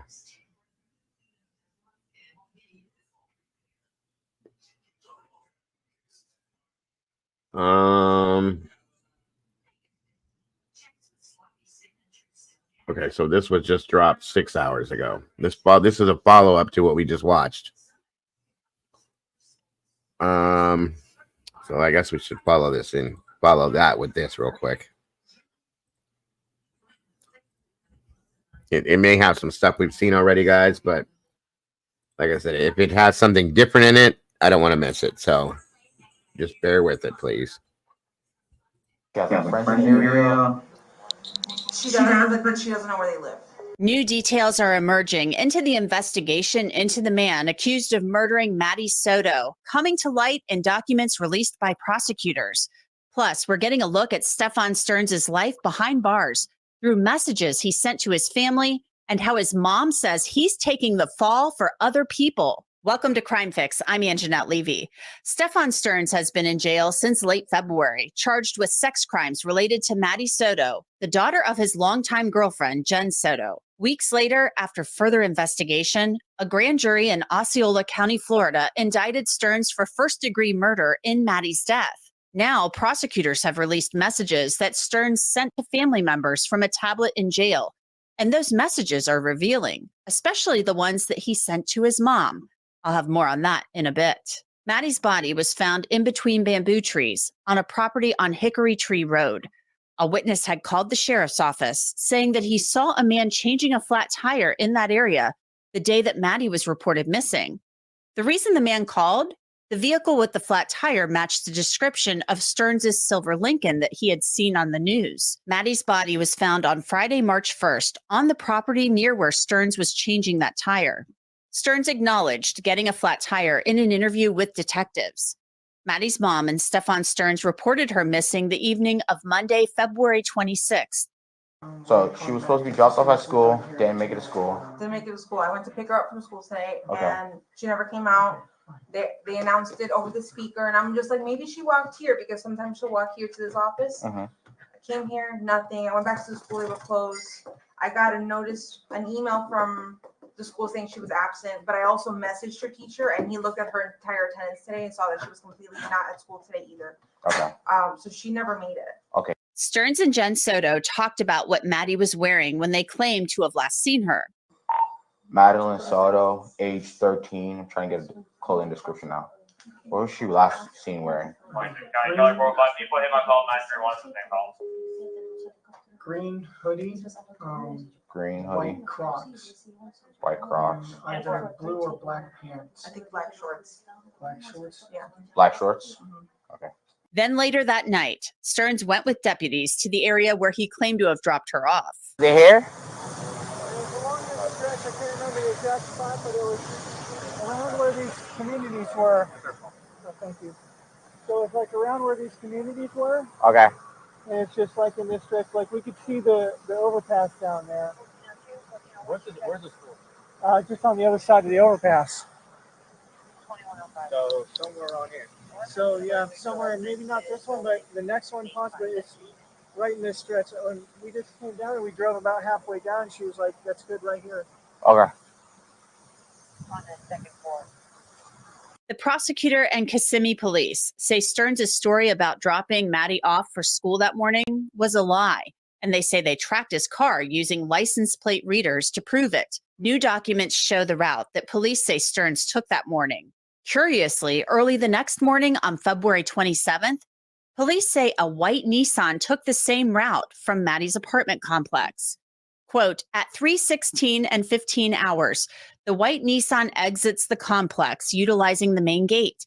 The vehicle follows the same path the Lincoln followed the previous day, with the exception of utilizing the front gate of the complex. We can probably deduce that the white Nissan belonged to Maddie's mom, Jen Soto. The name of the owner is redacted. It would make sense that police would track vehicles related to anyone who last saw Maddie. But what is curious is why the vehicle took the same route in the middle of the night. This raises the question, did Stefan Stearns take the white Nissan that morning or someone else? We don't know. At this point, only Stefan Stearns is charged with Maddie's murder. But in April, when Stearns was indicted, prosecutors said the investigation was far from over. At this time, the only person being charged is Stefan Stearns. And again, this is not over. There is an ongoing investigation to uncover more evidence, and therefore. Okay, hearing that way, I remembered this. I was wondering where this was because we watched this a while back, and I was trying to remember where I had heard this. But the way he says this, I'm gonna play it again. At this time, the only person being charged is Stefan Stearns. At this time, the only person being charged is Stefan Stearns. Why would they say that if they weren't thinking that there was to be somebody else charged? Possibly, if they can prove that. And then stressing that the investigation is still going on. Do you see what I'm saying? It almost seems like, I don't know, maybe I'm trying to read into it a little too much, but that's just, I remember from when we watched that thinking that same thing and then forgot it. So. And again, this is not over. There is an ongoing investigation to uncover more evidence, and therefore we can't comment. Now remember, Stearns also faces more than 60 sex crimes charges related to Maddie. Police have said they found more than 1,700 images of Stearns engaged in sex acts with Maddie on his Google Drive. Stearns has been in jail since late February on those sex crimes charges. And it appears that he got access to a tablet in late May and started messaging family members. On June 19th, he wrote to a family member saying he'd been moved to a cell where he said, quote, presumably, I'll be here for a while. Stearns continued, it's not exactly the Ritz. It's a small cell and the pod is quite noisy. I didn't think I would miss the medical pod, but now I wish I was back in that big cell where at least I could partially see out of the window and look at the sky and the grass and the trees off in the distance as they swayed in the breeze. That same day, Stearns responded to his mom, who wrote to him about a family dog having puppies. Can't get the commissary to work yet. Don't know why, but see if you can drop another $30 in there in the meantime so I can stock up on plenty of coffee. As for books, remove Christine, It, and Eyes of the Dragon from the list, and just wait for the Howling trilogy to be available to send that. Many of the messages are mundane, like the one about commissary, coffee, and books. He also writes about the lack of utensils to use for eating in jail and feeling hungry. Then on June 25th, Stearns sent a message where he mentioned his legal situation. He wrote, I am not foolish enough to get my hopes up entirely for anything and can only really hope that my legal team will agree with my ideas and are willing to pursue them as tenaciously as I want them to. I can't explain too much here, but there is still perhaps a slim hope for my situation. At any rate, my odds are not 0% at this time.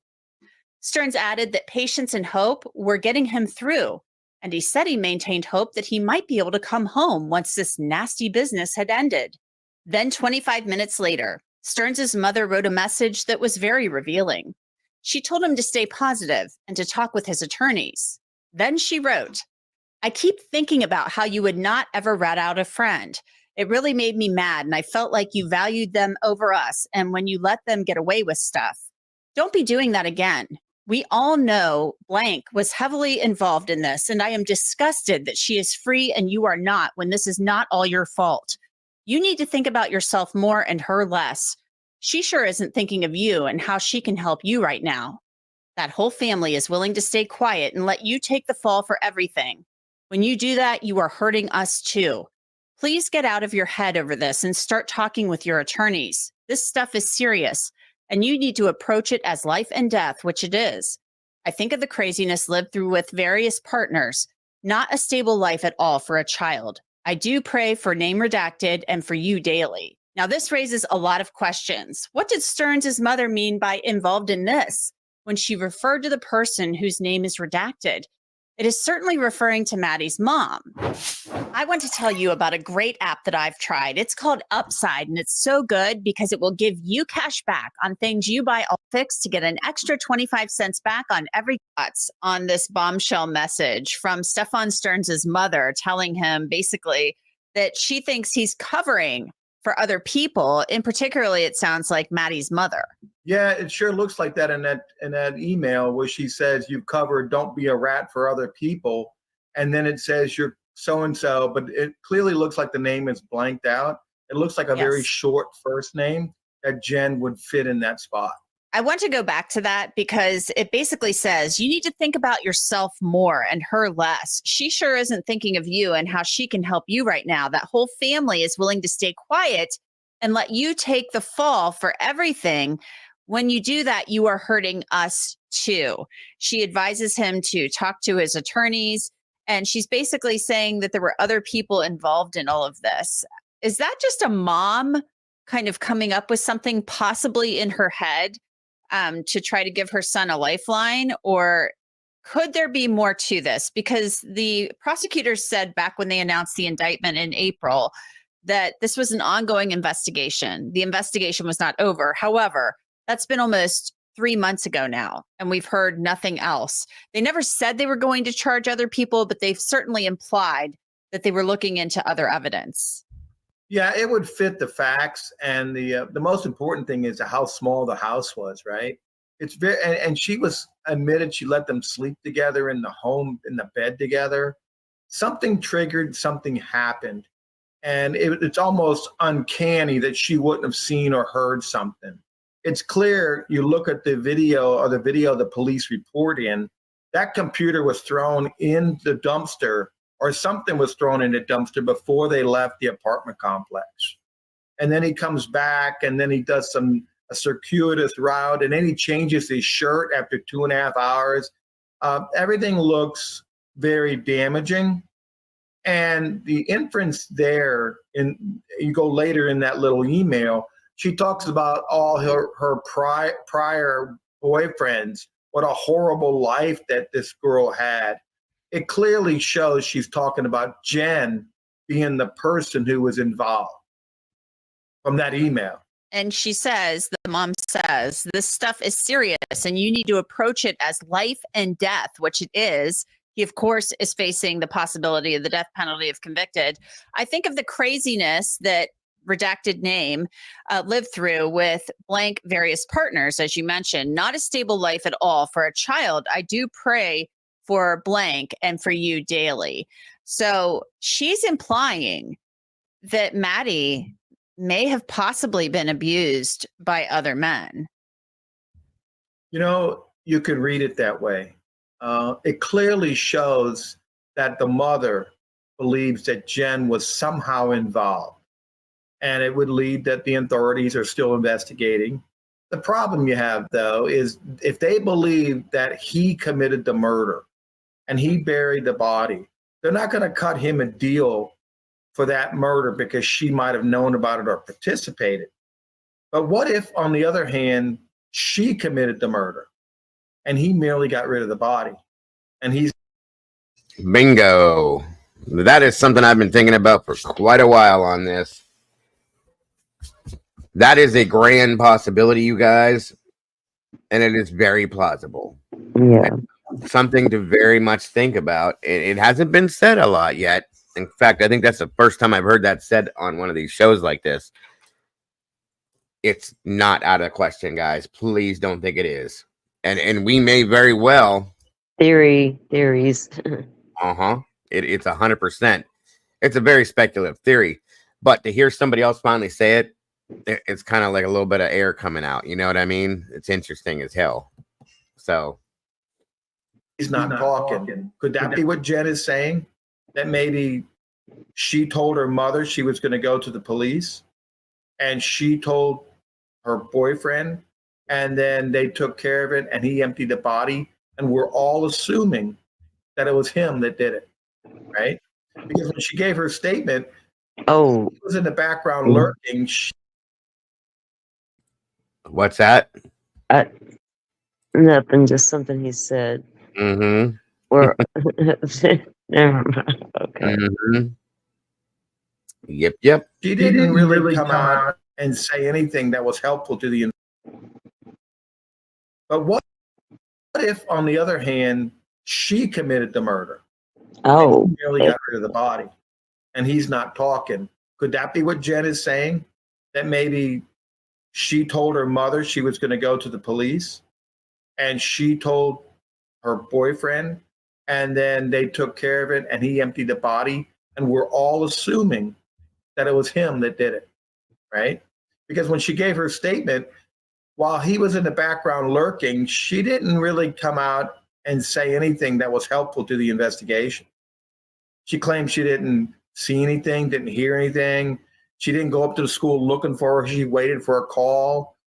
Nothing appears what it is, right? And so that's probably why law enforcement is taking their time.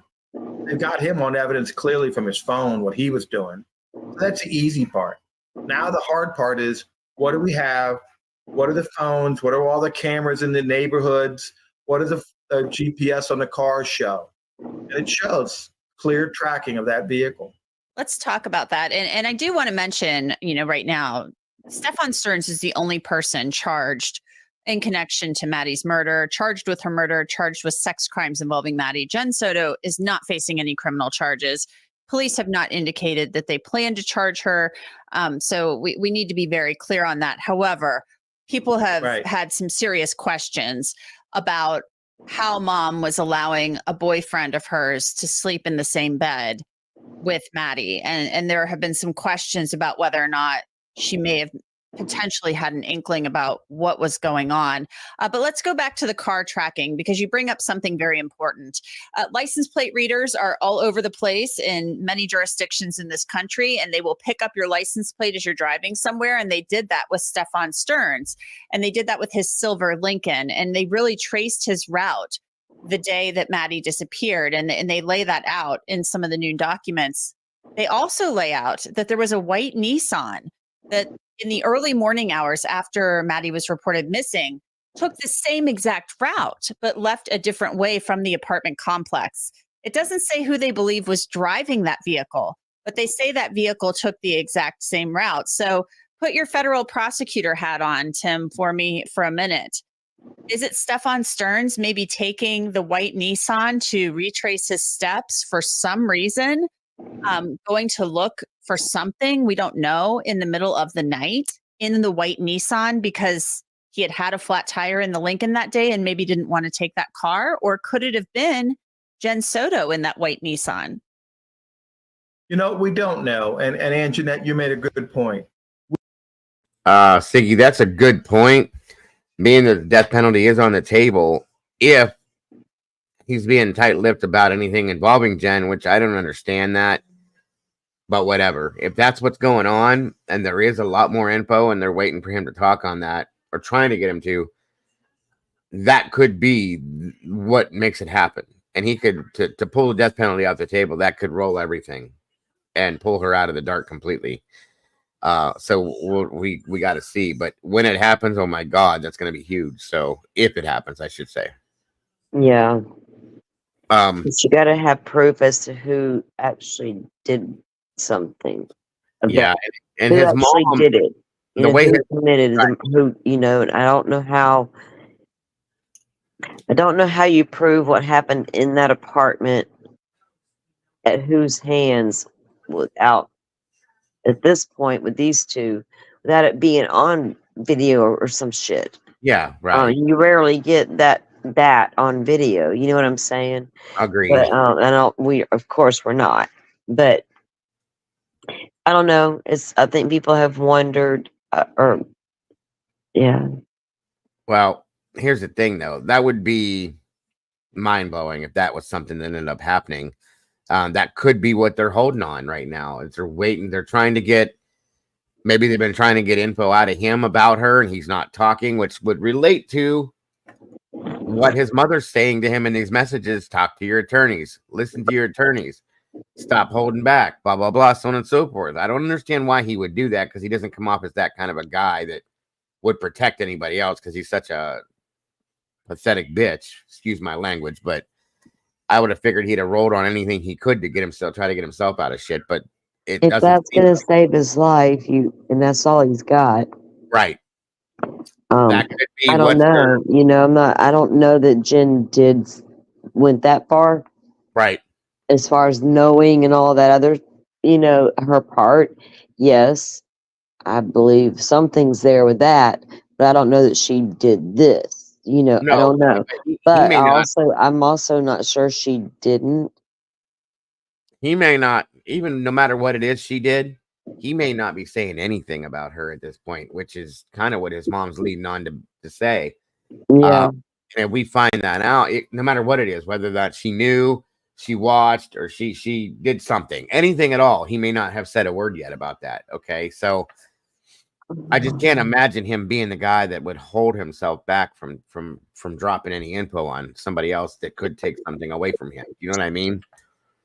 So I don't know. Bobby says any statements he makes against her will have to be collaborated by other people or evidence. Yes, that's true. Which will be difficult since the other witnesses could then be facing criminal charges. Agreed. Yeah, that could be where the standstill is coming from too. That would make some sense. You have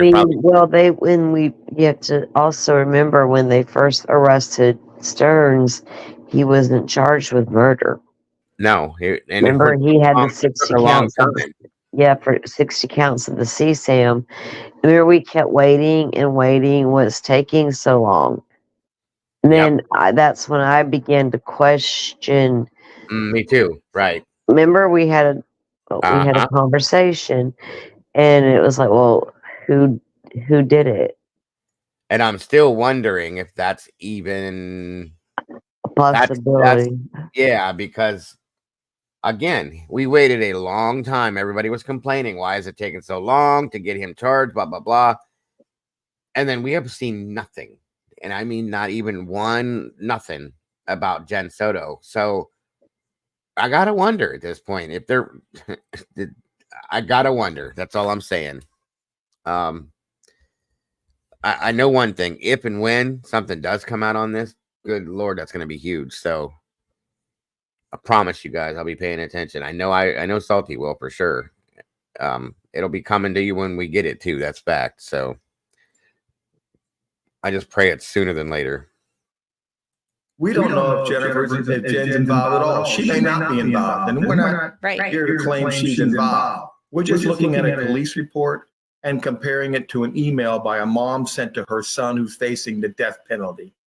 The fact that other vehicle took the exact same route is not a coincidence. Now, the question is, who was driving the vehicle? Was Stefan driving it, or was Jen driving it? And if Jen was driving it, how would she know to go the exact route? That is going to be curious.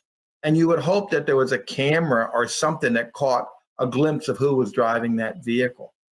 But it just opens to more questions, right? As a prosecutor. And as a federal prosecutor, I would have my agents doing whatever they can find out who drove that second vehicle that route. How did they know to go that route? And what time did they go? Can we get the whereabouts of Stefan or Jen during the time that other vehicle left? So you can separate, isolate who it could have been the driver, because that can be important. In reading through these tablet messages with Stefan Stearns and this family member, Chris Stearns, it almost seems like he's resigned to being in jail. He knows he's going to be there a long time. He's come to terms with this, but he also talks about having a glimmer of hope, like all hope is not lost. I'm not sure why he feels that way. We obviously see the discovery, but we don't know about his conversations with his attorneys. But he's facing serious sex crimes charges. I mean, they said there's more than 1,700 images of him engaging in sex acts with Maddie going back a couple of years at least. And then he faces the murder charge. And he's talking about giving away some of his like trinkets and things like that. I mean, it is quite odd to read these messages. Just they're so mundane in some ways, but so serious in others. Yeah, they talk about election voting, who can vote, what are you eligible to vote. When you're in prison and you got charges like this, the defendants will cling on to any hope they have, right? And as a defense lawyer, you have to at least give them a glimmer of hope, or say, listen, let's go through the process. Let's see what the discovery, we might be able to file motions, because you don't want to come out and tell your client, by the way, oh, you're going to spend the rest of your life in prison and maybe death at the very beginning of the case. That doesn't help them assist you. They don't trust you if you would say something like that. But at some point, your lawyers have to tell you how bad it is. I always tell my clients, and I tell my clients' family, I'm not here to tell you what you want to hear. I'm going to tell you what you need to hear, the good, the bad, and the ugly, because you have to develop that trust and communication. Because if you're just placating them, no one wants a yes man for a lawyer. You want to hear, just like a doctor. Don't tell me the good things. I agree, Siggy. I need to know that's bad so I can prepare for it. And it seems like his conversation just getting by and talking about other things other than he's going to spend the rest of his life in prison. Although he's giving away things, which are important to him, it seems, that he's going to give them away because he knows he's never going to see him again. Yeah, lots of talk about commissary, books, coffee, and candy. So that's his life right now. That's the conversation they have. And phone privileges and commissary are the most important things to a defendant in a jail. Tim Jansen, we will keep a close eye on it. Maddie Soto is certainly not living the type of life that any young girl should be living. And that's it for this episode of Crime Fix. I'm Anjanette Levy. Thanks so much for being with me. I'll see you back here next time.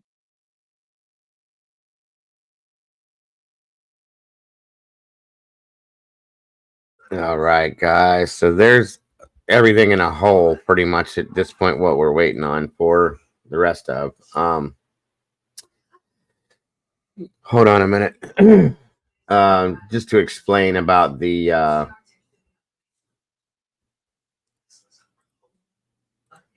memorial situation, a lot of people had questions about.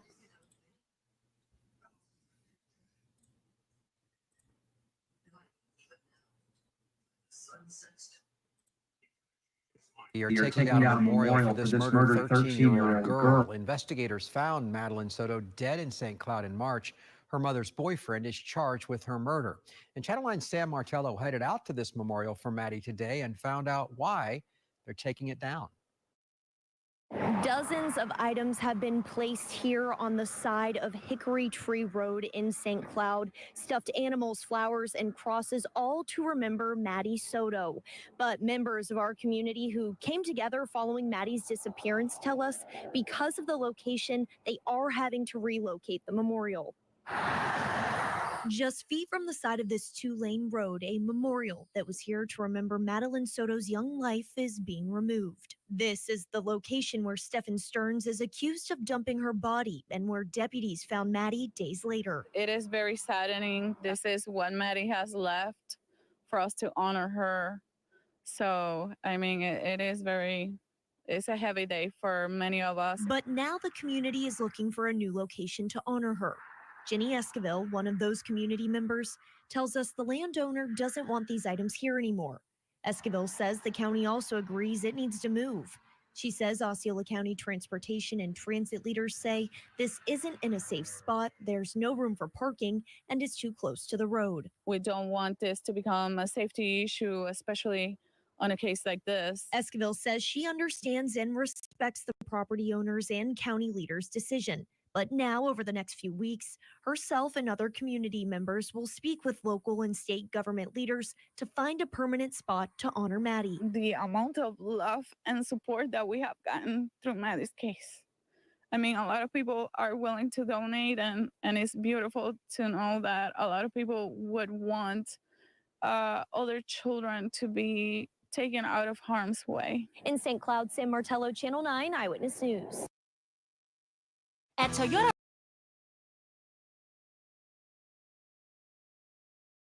So there's the explanation as to why.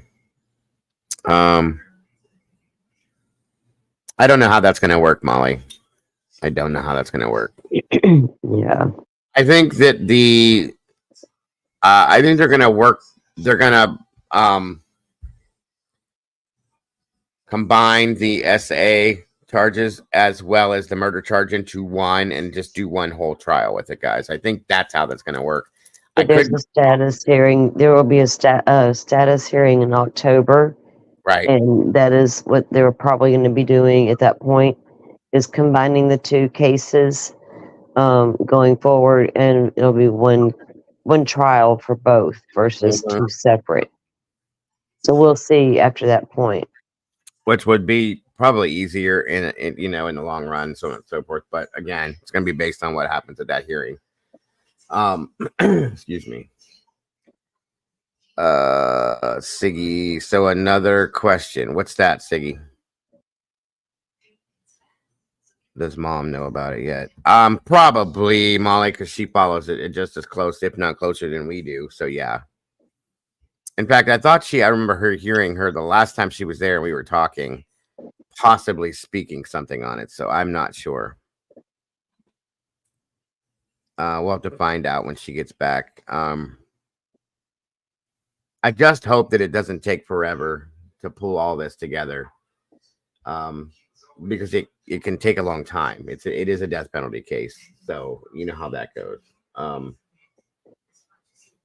Just saying, you guys. I'm just saying. Again, for Maddie's sake, and I hope and pray this little girl gets absolute nothing but true justice throughout this whole thing, and involving everyone involved. It would be, I don't know, with so much evidence at hand, it's curious to see which road the defense would take, because there's many they could choose from. There's not many in this case. So there may not be a lot they can or are willing. Yeah. I don't know. It's not going to be much. This is not going to be one of those long, drawn out criminal court cases where the defendant's pleading not guilty, you know what I mean, or standing silent or anything like that. Because, I don't think it'll take a year, or more, like we're seeing in some of the cases that we follow. Right. But they did push it back from July to October. Then the status hearing is scheduled as well. So I think once those hearings are scheduled, they file their regular motions for their experts and whatnot, then it should go to trial if it gets that far. Yes. And you got to wonder if they pushed it back because they were still trying to pull more evidence out based on other people maybe or other issues. So that's my thought. Siggy says if she gives names, it's because she knew. That's what I meant. Oh no, I understood and I got you. I get it. I do get it. But again, I don't want them to rush it. By any means do I want them to rush this. I want it to be perfect. Okay. And I want it to go through like smooth as could be. And that way it doesn't have to come back again. It's just done. They're done, moving on. And this little girl can be at rest and we can move on from this knowing that there was justice made or given on this. So that's what my hope is for this one, for sure. Unbelievable. Just completely unbelievable. So moving forward, I told you guys we were going to listen to this here real quick. Hold on a minute.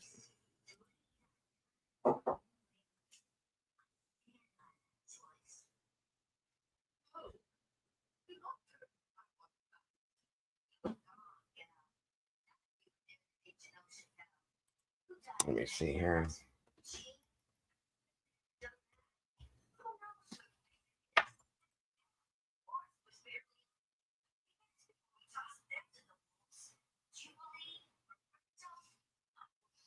Okay, one more.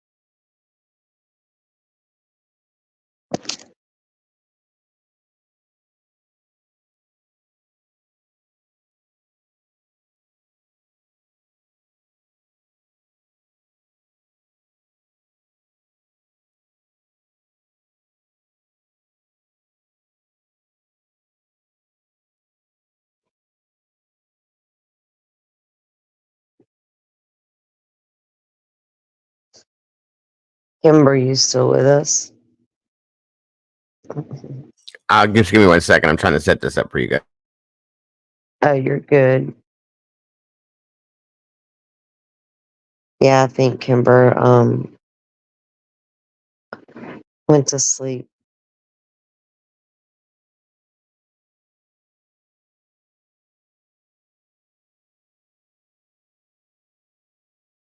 It's okay. I figured she was going to. No worries. When we do this late stuff, it's hard because you guys are tired. I get tired. I understand it completely. So, okay, guys, give me a second to pull this in, and we'll be off. This is going to be an audio situation, so hold on a minute.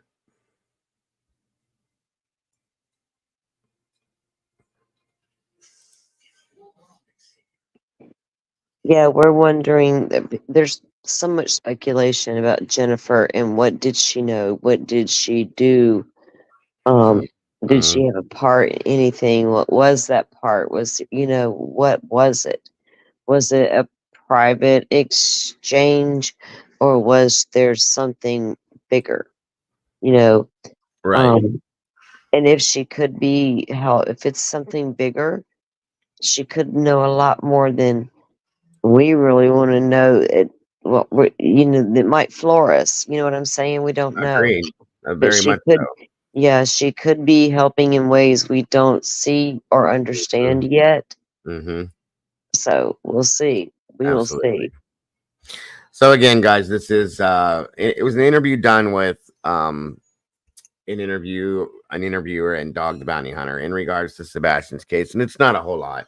Like I said, it's just something. I told you guys with his case, I'd give you anything and everything that popped up that's not drama. Okay, I won't be part of that, but this stuff, and this is something. So we're just gonna listen, review it, and move on to our next topic. So thank you guys again for being here with us. So here we go. Let me know if you guys hear it okay. Medication. And it's very odd, Dog. I mean, they have searched thousands of miles. They've had drones. They've searched waterways. It's insane. I mean, there's volunteers. No trace of him on camera. Allegedly, no dogs have picked up his scent. What gives? Well, I can only say by the years of investigating, same thing. Usually a family member had done something. Usually there is a dump ground, trash dump ground nearby, or a lake. Lie detector tests don't work. Well, they do use them. They don't work on certain individuals. I think the parents, anybody close to him, take a lie box. If they volunteer, okay, I'll take it. Then, they take it, they pass. Well, it doesn't matter anyway. Yeah, So where you start with autistic kids is the family members, because it's hard to raise an autistic kid. It is hard, quadruple hard than a kid that is not autistic. So start with the family. And Nancy Grace, Yeah. I never met her, but she used to speak at the bail bonds convention for us. And that happened to be that day I was sick, but she's a very good investigator. So she usually comes up with stuff, you know, but I would say there's a family member or even a neighbor that is just, you know, and they'll, how young is the boy? He's 15. Yeah. So without leaving a site, that means somebody, you know, dumped him somewhere and it's very sad. There's a show on A&E called 48 Hours.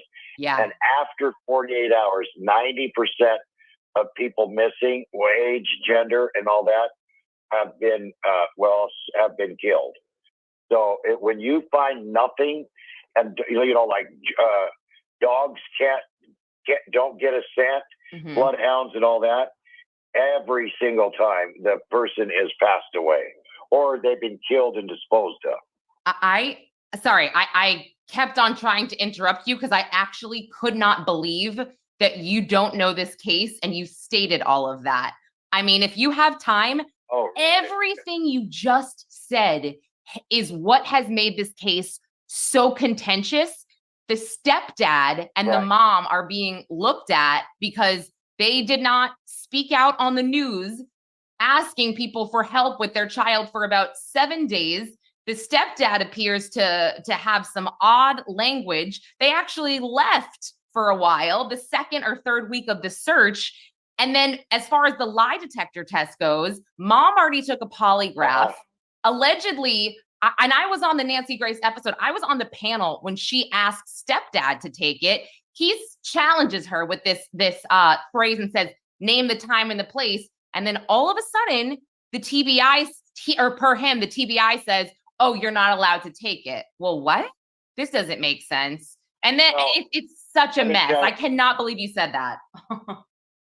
Let me tell you, you can Google this to find it out. You know, Google is sometimes everyone's worst enemy. If you take a Valium, one blue Valium. Mm-hmm. If you drink a certain downer, you can pass any lie detector test because it slows your heart down a little bit. Yep, beta blockers, benzos. Oh, trust me, we discussed this. Yeah. Discuss this. Yes. And you said the landfill or the dump site. Oh, they already checked a Kentucky landfill because that's where the trash goes in Tennessee. And according to one of the guys that dumps the trash or something, he felt something, and that's what indicated or was an indication that maybe they should go look there. So they did, and they didn't find anything. And that's why I got chills. I'm like, God, you're good. Like, you literally didn't even know this case. After this, or when you're done your interviews, you should look up Sebastian Rogers. You're going to be like, holy crap.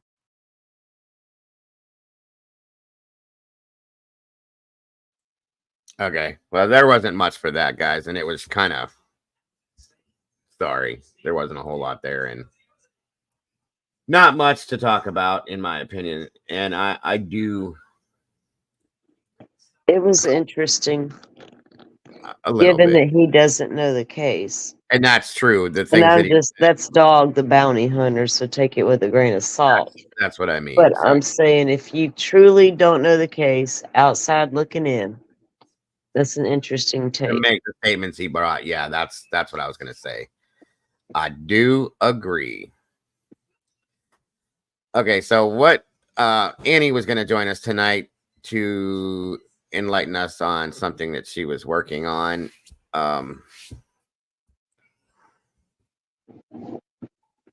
Oh yeah, Molly. That's something that we kind of talked about, knowing that one specific person, excuse me, sorry about that, was on medications when he took the polygraph. So I mean, you take it for what it is. That's all I'm saying. Annie, you do what you want to do. Yeah, people pass polys all the time that Right. are flat out liars, flat out lied. Which is why they're admissible in court. Yeah, people fail them all the time, and they're not admissible in court. They're at one of those tools, kind of like IGG. Mm-hmm. Yep. All right. Okay. There's a link in the chat there, Annie. And Yeah, that's another good point. Paula Bundy did pass one too, but Bundy was also very highly intelligent. He knew these things, and he was very, very manipulative and narcissistic. So, you know what I mean? The only thing I need you to do, Annie, is once you click the link and come backstage, you have to show your face just for a second so I can make sure we're just going to see your face and nothing else. And that's that. And then if you don't want to show your face, you don't have to. Either way. That's another good thing too. Pathological liars are used to lying and they can get away with it, and they pass those off. And again, they realized these things years ago, which is why they have made these things non-admissible within a court case, guys. So it is what it is. I think that's why they probably had Katie take 2 of them, considering she was the last person to see him, and to see if there was going to be any inconsistencies within the, both. Yeah, any changes, any because it's a tool. I mean, it is what it is. You can manipulate that tool because of the heart rate effects and things of that nature. And a beta blocker, it could, That's it. You just slow your heart down, relaxing your body, keeping you from sweating. All those things, guys, is what I read about it when I started looking into crime and stuff like that. I, of course, read that because those were a big deal in the true crime world. So,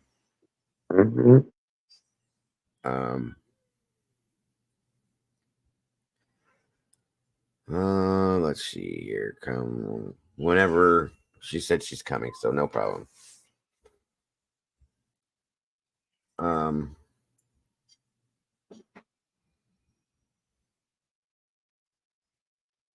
Right, Barbara.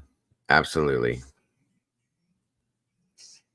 Some people took TBI administered polygraphs, and one person took Nancy Grace multiple polygraphs to get the results needed for ratings. That's a good point, Bobby. It's a good point. The lack of respect from Seth, though, that's another good point too. A lot of us have tried to figure all these things out, and I just gave up at some point because none of it makes any damn sense whatsoever, and hasn't for a long ass time. And that's when I stepped back and said, "Okay, do your thing." I hope to find that this child's found soon, one way or another. The length of time that it's been at this point, I have a lot more doubts that he's still with us than I used to. I'm still trying to stay on the positive end of things and hope that he is still with us. He's just being held and dealt with somebody personally. But at this point, I don't know, you guys. It's been way too long. There have been 0 arrests. There's been even at least nothing that even leads to us thinking that there was anything that could be done at that point as far as arrest goes. So I don't even know what to say. You know what I mean? It's been we're going on 6 months, if not, I think we are into 6 months at this point. That's a long time, you guys. And to believe that this child is still alive is a stretch at this point. Personally, I want to believe that, so I'm going to continuously think that, but I do have reality still and a basis of reality to know that there's a grand possibility that he's not. So it's sad, but it is true. It very much so, Tammy. Very traumatic, very sad. Crimson, no sane person would, especially if they wanted. Yeah, agreed. A lot of and that's what I said. I feel horrible for all 3 of these parents. I do not believe personally that any one of the 3 parents did anything. That's me personally, though. But I do feel that some decisions that were made throughout this case were very bad for the case. That's just my opinion. And we'll see. We'll see what happens in the end, guys. If there's an end to it. Because, another thing here too that needs to be somewhat of a reality check for us, I think, is we've seen Summer Wells' case go on for over 3 years now.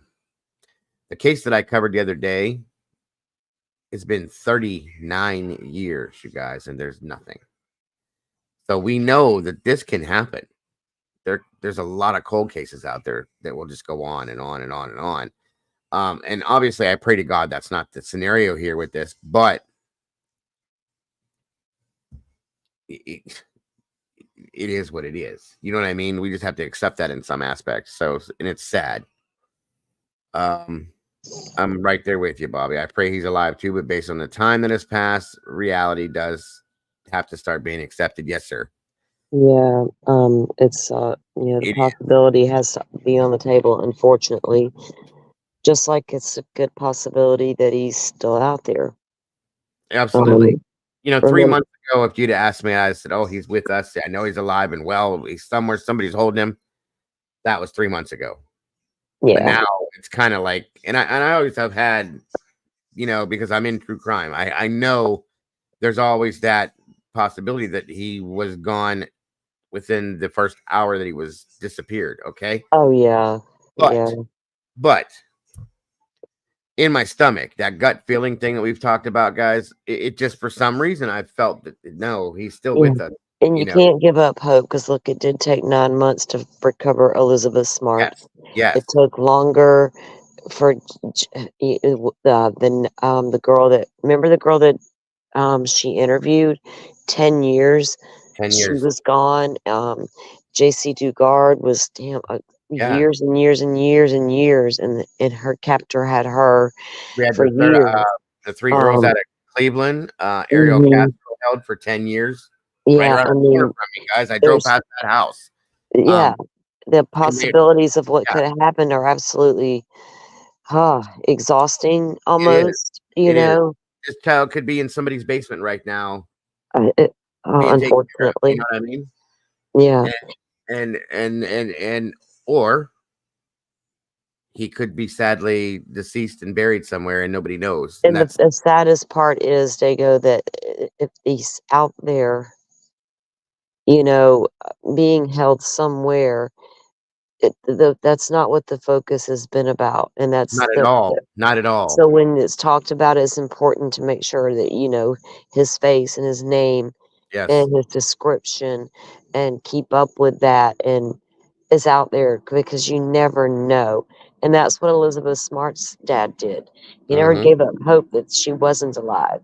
And he continued to try to talk to media in any way that he could to get her name out there. But he didn't come out with drama stuff. He came out, look, this is my daughter. She's still missing. Don't forget her, kind of thing.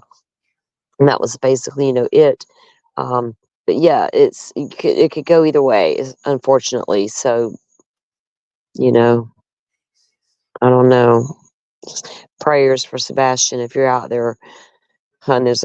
There are a lot of people who do care about you. Oh my God, yes. Too many. Yeah, a lot of them right here, right here. Absolutely. Absolutely.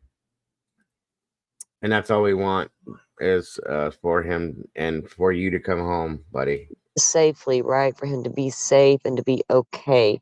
Because the thing is, when these kids are gone, and the longer they're gone, they have not been safe the entire time they've been gone. Right. Yeah. Because I guarantee you, whoever's had them weren't with good intentions. Mm-hmm. Agreed. For those of you that haven't seen this in a while, again, there he is, Sebastian Rogers, 15 years old, male, white, brown hair, brown eyes, 5'5", 120 pounds. He's been missing since February 26th. You know what I was thinking about, Salty, when we were watching the Madeline Soto stuff? Mm-hmm. It's so weird too that it came to my mind like this, that when we were watching the video, the body cam video of them taking the report for Maddie at Jen's mom's insurance agency, Sebastian was about to go missing within a couple hours. That was so strange process. Do you know what I mean? It's just like, I know it was right after we were talking about Maddie. The news broke about Sebastian within a few hours of each other, and so look at the grooming that took place in Maddie's case. Mm-hmm. people that sit on the other side of the internet and groom from that side do the same thing. Right. What I'm saying is they approach these kids in ways Libby and Abby, I don't know what happened to those little girls or who did anything to them yet. Mm-hmm. But what we do know is Libby was catfished by Keegan Kline. Keegan Kline was a very large man in the basement with black hair, looked nothing like the profile picture that he portrayed himself to be, which No. was a young, fit, athletic, Very good model, looking. Yeah. handsome, right, young, wealthy man, and was pretending to be that in the basement and communicating with a large amount of young girls. He's sitting in prison right now for all the counts they found on him for child essay pornography, right? So, and he sat out there and pretended to be something he wasn't online to attract Absolutely. these children. So it's the same thing for these pedos. They'll do the same thing till they find one that works on. And that could have been the case. We don't know. We can't say that, well, that couldn't have happened, didn't happen. We now know could have.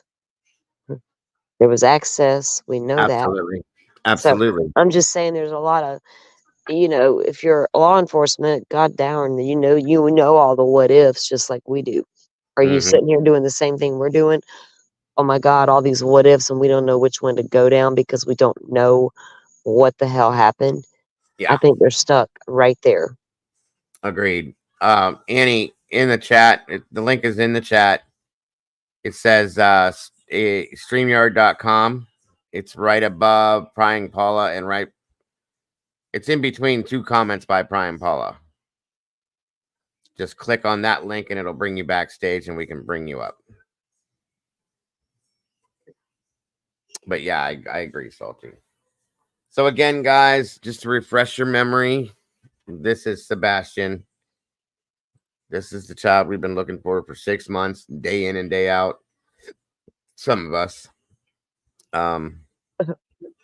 Good to see you, Pebbles and L&M. We really want him to come home.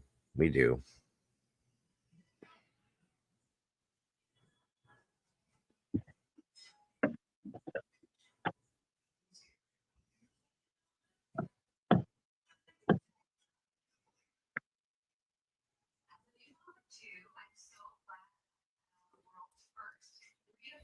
Well, I don't know if you've been up on a panel before either, Annie, but when you do click on the link to come back here, to come up, if you have the YouTube up right now, you have to either take it down or turn it way down to where you can't hear anything so that it doesn't echo through.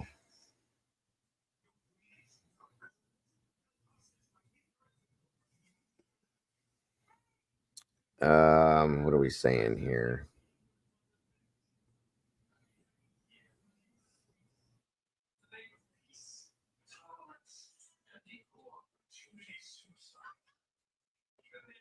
No, that was talked about, Crimson. The officer doesn't live behind them. He lives down on the corner up the road from them. I don't know how that went down for sure.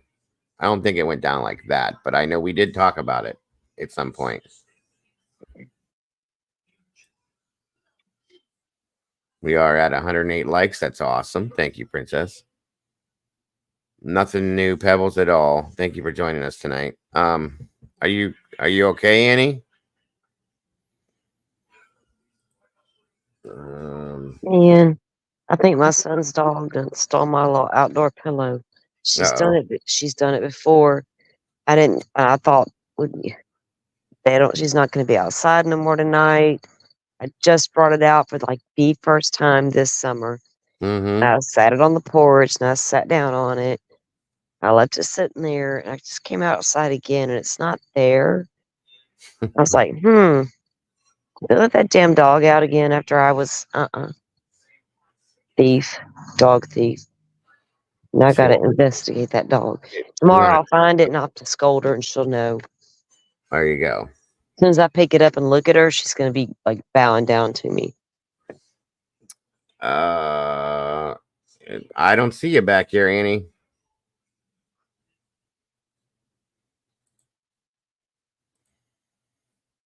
Let me make sure you're getting the right link. Let me try this again. Oh, goodness. Click this link down here. I'm dropping it in the chat right now. Right here. I wonder why Stefan or Jen or whoever or both would risk going back out there in the middle of the night like that, and why? Well, either So I've thought about curious. that too. Either there was something that was forgotten, Yeah. there was something that was left behind, or maybe they, again, like I can't remember which that gentleman's name that said it, but you're not backstage here, Annie. Well, some have that overwhelming need to revisit, Yeah. but I don't know if that's it or not. I don't know. Right. Surely it wasn't to retrieve the tire that he left. Surely he would have took the tire with him. We know there were the 2 fragments found at the scene Right. that he left behind, because the tire was not there. The tire was Oh, found here with we the go. compactor. So I don't know. I don't think he went back for the Okay. tire. He took it with him. Right. I see you, Annie. Do you want to leave your face up on camera or no? Okay, you can take it down. I see you now. If you want to. You can just turn the camera off if you want. Whatever you're comfortable with before I pull you up. Just hit the camera button. If you're on your phone, hit your camera button and then it'll turn it off and you'll still be here.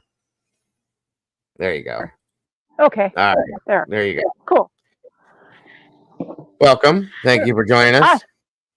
Hi. Hey, hi. How are you this evening? Good. Happy to catch up with you finally. Absolutely. Is that the dude? Is that your icon? Oh God. No, I forget who that is. It looks like Jeff Bridges playing That's who it is. the Big Lebowski. Yes, that's who that is. The dude, that's what they called him. I love that movie. That's why I was asking. Yeah. Anyway, so Yeah. what are we going to be discussing tonight? What are you enlightening us about? Well, after I was on the hung jury in Shasta County in California in 2012, the co-juror and I that had done the Williamson case, we decided we were actually going to try to do a book, and we wanted to find out what all those. The jury, oftentimes we were escorted out. We had to leave the room so they could do all those hearings and things like we watch the jury have to do in all these other trials. So we thought we would attend this other trial, which was Mark Duenas. Oh yeah. He had allegedly killed his wife of 33 years. I think it was 33 years, and they had 5 boys. And he killed her May 5th, I believe, of 2012. Our trial had ended April 12th. She had caught him texting with an ex-girlfriend. Mormons, they marry for life, and they also have this thing where you're not supposed to divorce, and you're not really divorced in their religion, especially if you go to that tower or whatever that's called, the temple. Yeah. So these guys have gone to the temple and really sealed up their marriage. So you're not supposed to get divorced. And if you do, your wife needs to be dead for you to really legally get married in the eyes of their God. Oh, there you, thank you. You put the picture up. Perfect. Absolutely. So I have a disability with my hands, and I had gotten permission to do the transcription. So I transcribed it, and we actually showed up to court, and there's Dateline was going to be taping. We didn't know that, but we show up and there's Dateline in there with the cameras. Oh, okay. Yeah. And my girlfriend, co-juror, she would do a blog at night. So I would email to her, and she would do the editing and would put the blog up. Well, the witnesses, Mark's family, was doing what Jen was doing with the Reed case. The witnesses are all watching the trial and seeing what all the other witnesses are saying. That wasn't so good. Right. Okay, they are told not to do that, but we see that some people don't follow all the rules and whatnot. Of course. Yeah. Well, it was a gentleman who was the prosecutor for the first trial, and he started off. I don't know why he thought this was cool. Karen was stabbed right in the chest. So he just would throw up this picture of her naked chest with the stab wound. Right. That was for impact. And he just kept doing that. And I guess they had they had decided that he wasn't allowed to say what he thought Mark had said on the phone call. It was one of those phone calls. I killed my wife. Oh, I forget what the phone call said. And maybe you even have a recording of that. But I have the 911 call. Yes. Yeah. So it was one of those things where he said, "No, I didn't say that." But so it was almost a thrown trial the first day because the prosecutor had screwed up and said something that he wasn't supposed to say. I just can't remember what it was. Right.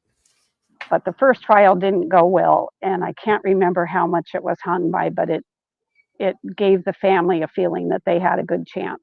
And the prosecutor, Mr. Carlson, who had appointed myself and Wendy of the first trial with the Williamsons, we were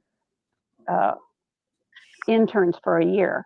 And I transcribed everything, and we went through all the police reports and stuff and put the whole trial together for the prosecutor who was off on maternity. Well, we didn't do the whole thing, obviously, but we did a lot of work.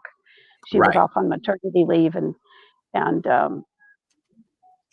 so for the second trial, Mr. Carlson took the case from Prosecutor Fitzgerald and gave it to Stephanie Bridget, our prosecutor, and she went in and she got it all organized and presented it the way that we felt it should be presented. And she put tape on the nipples? I mean, what a nice idea! Put tape on the nipples. I mean, it was humiliating to take this nice, modest Mormon lady and just spread her boobs out there. Of course. It was gross and awful. This is just so everybody knows in chat. This is Annie. She's in here always with us, and she works within the court systems and so on and so forth. And this is a trial she worked. This is the Mark Duenas trial. He unalived his wife. Well, killed his wife. I say it anymore anyway. Welcome, Chubby Bunny. If you'd like, Annie, I could just play the 911 call so they can get a little idea of the scenario that went down, if that would be. Yes, please. Okay. Please. 1 second, guys.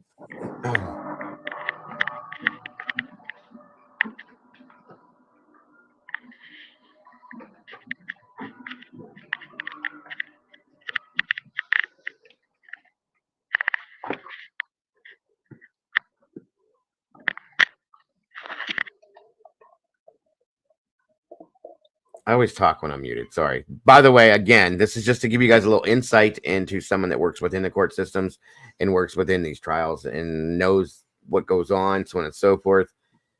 This is the Mark Duenas trial. This gentleman killed his wife, and these are the 911 calls from when he called in. So, and let me know how the audio is, by the way, if it's clear and all that. You can hear it okay. I'm shoving my wife sick. 911, your emergency. I'm shoving my wife sick. I'm blood everywhere. You need an ambulance? Yeah, okay, hold on a second. Everything. Hang on, let me get to a medical dispatcher. Hold on, sir.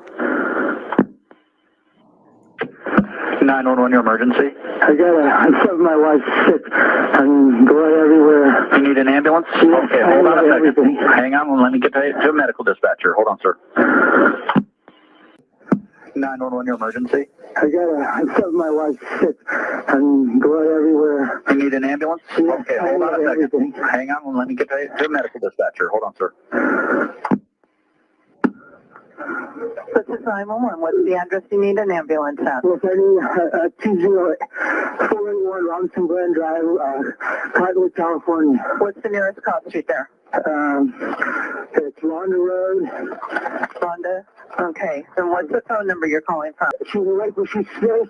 I need somebody here right now. Please. Okay. You don't know where she's bleeding from? No, I know. I just blood everywhere.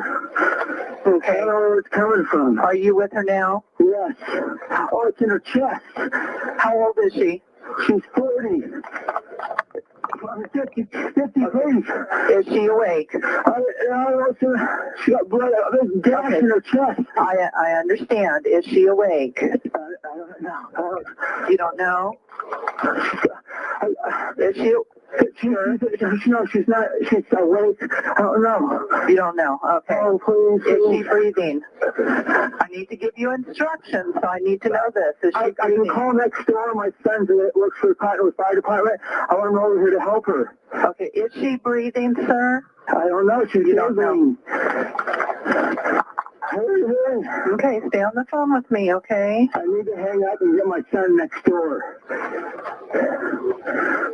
Okay, did she do something to harm herself? Is that I don't know how she got the gas in her chest. Okay, we're getting people on the way, okay? I gotta call next door, Okay. okay? Okay, bye. Bye. 911, your emergency? Yeah, it's the second call for the same medical. Are you was this about your wife that was bleeding, sir? It's my mother. Oh, your mother. Yeah. Now, if you guys noticed in the very first call, he says, "I killed my wife." That's the first thing he says, right? Then it goes into the second call where he says, I don't know what's going on. Oh, she's got a gas in her chest, this and that, and everything. And he kind of, when he first said it the first time, at least it sounds like it to me, when he says, "I killed my wife," he kind of like snickers a little bit. It's kind of creepy, but I remember hearing this before. It's been a long time, but so that, just so everybody knows, if you weren't clear on that, that's what he said in the very first call, and then recants it obviously and changes this as he's saying it's through the second one. Just to say, yeah, that is. They don't need the stage. Okay. Now this is a secondary call. This is the son. He went next door and grabbed his son, and now he calls back. So, and you can hear in the background, you can hear the sirens coming in the background. So, John Robinson Glen? Yes, unit secure. Okay. And what's your name? My name is Jason. Jason? Okay. And this is your mom? Okay. This is my mom. All right. Can you tell me if she's stable? Unit secure. Possible 1144. Okay. I'll let them know, all right? All right, Jason. Right, but she's sick. I need somebody here right now. Please. Okay. You don't know where she's bleeding from? No, I know. I just blood everywhere. Okay. I don't know where it's coming from. Are you with her now? Yes. Oh, it's in her chest. How old is she? She's 40. 911, your emergency? I said my wife's sick. right there, I killed my wife. And then, so the whole thing changes up through the whole. It's weird. Blood everywhere. You need an ambulance? Okay, hold on a second. Hang on, let me get to a medical dispatcher. Hold on, sir. 911, your emergency? I said my wife's sick. I'm blood everywhere. You need an ambulance? Okay, hold on a second. Hang on, let me get to a medical dispatcher. Hold on, sir. 911, your emergency? I said my wife's sick. I'm blood everywhere. You need an ambulance? Okay, hold on a second. Hang on, let me get to a medical dispatcher. Hold on, sir. This is 911. What's the address you need an ambulance at? Yes, I need 481 Robinson Glen Drive, Cottonwood, California. What's the nearest cop street there? It's Rhonda Road. Rhonda? Okay. And what's the phone number you're calling from? Tell me exactly what happened. She's got 50, please. Is she awake? She got blood. There's gas in her chest. I understand. Is she awake? I don't know. You don't know? Is she? No, she's not. She's awake. I don't know. You don't know. Okay. Oh, please. Is she breathing? I need to give you instructions, so I need to know this. Is she You breathing? call next door. My son works for the fire department. I want him over here to help her. Okay. Is she breathing, sir? I don't know. She's breathing. Okay, stay on the phone with me, okay? I need to hang up and get my son next door. Okay, did she do something to harm herself? Is that I don't know. I don't know how she got this big gash in her chest. Okay, we're getting people on the way, okay? I gotta try to call next door, okay? Okay. Okay, bye. Bye. 911.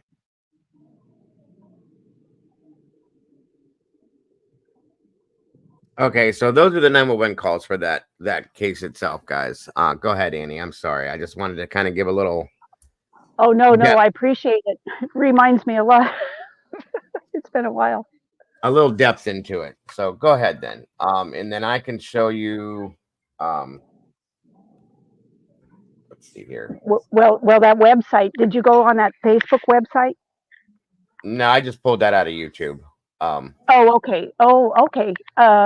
Yeah, because my girlfriend has that. I emailed you a website. She bought all the evidence because she was doing a book. We were supposed to do a book on the Williamson.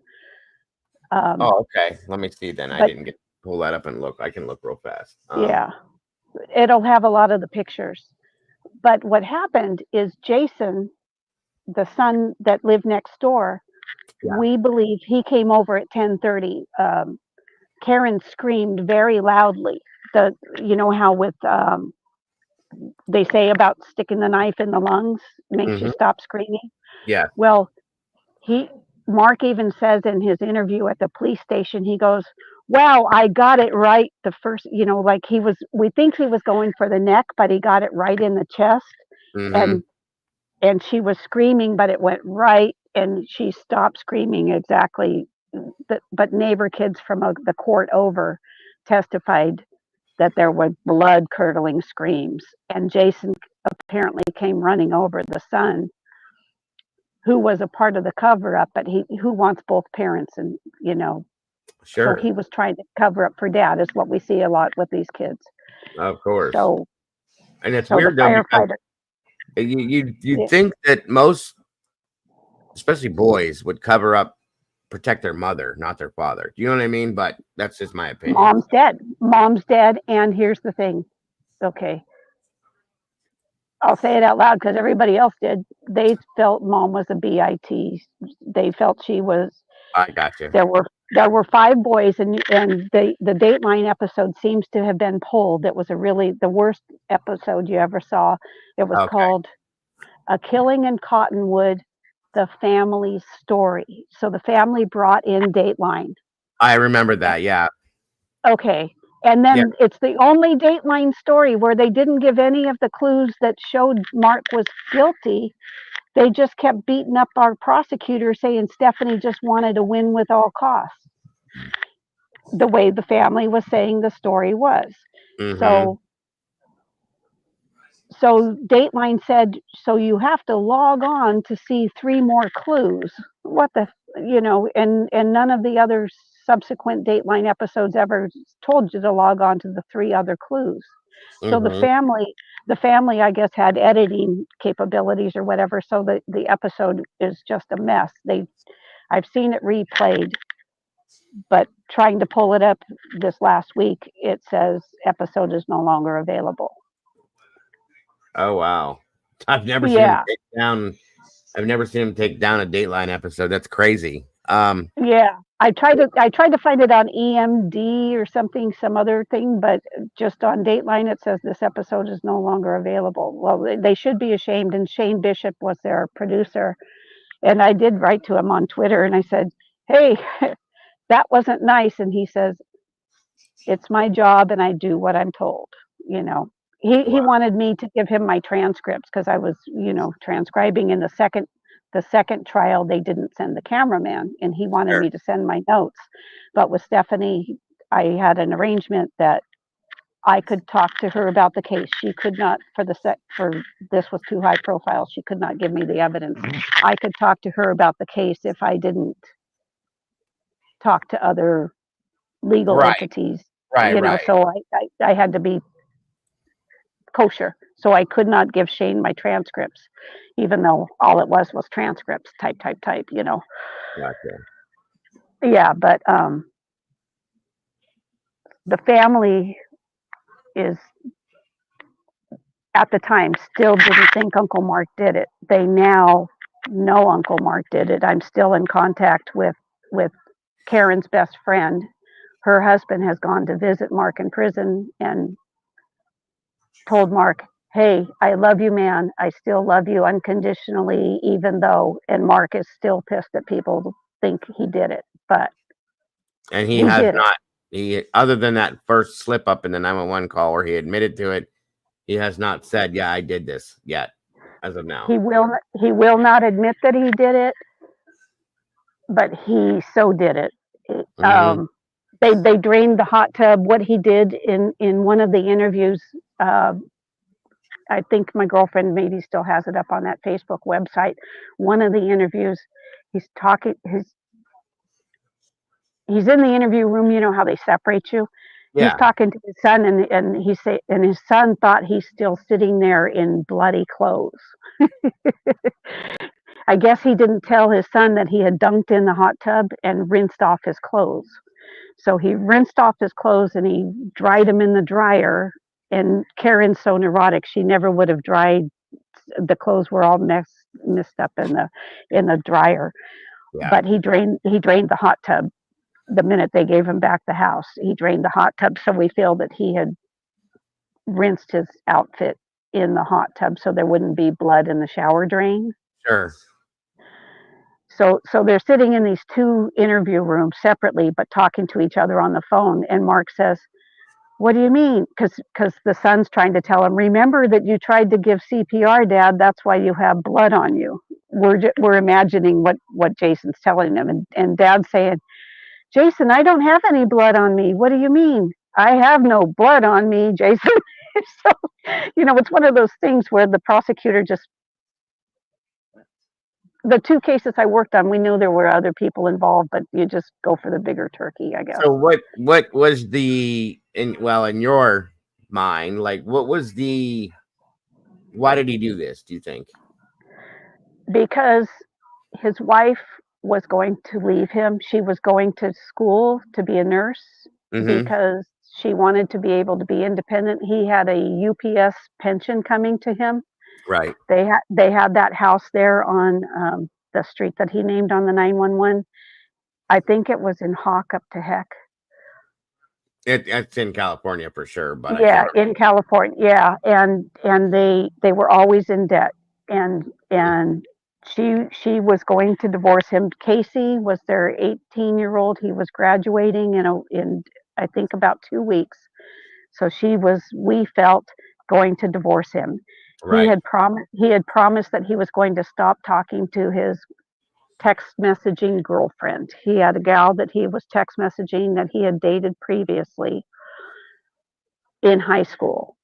And she was, I think, in Utah or Idaho, a Mormon, and the husband had found out. And so these two spouses had agreed to stop contacting, but Karen was just done with Mark. So we felt that Karen was going to divorce Mark. So he didn't want the divorce. He wanted all the pension. And he thought he was a pretty sexy guy. He was a big flirt. He was known for flirting at work. One of the pre-trial things, once again, this intimidation thing and embarrassing, there was one witness that was supposed to testify whose husband was ashamed that she was willing to, he had raped her. He is a violent man. He had raped her before he had married Karen, and this woman, I mean, that's a lot of damage when you have to spend time in the hospital.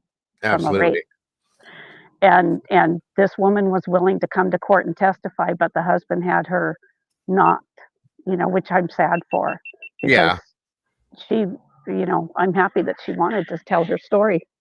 Agree. But sometimes it's too traumatic, and the husband probably just didn't want to put her through that, Right. And when the woman that had been raped had wanted to press charges as a young girl, the parents were embarrassed and didn't want the embarrassment in the family.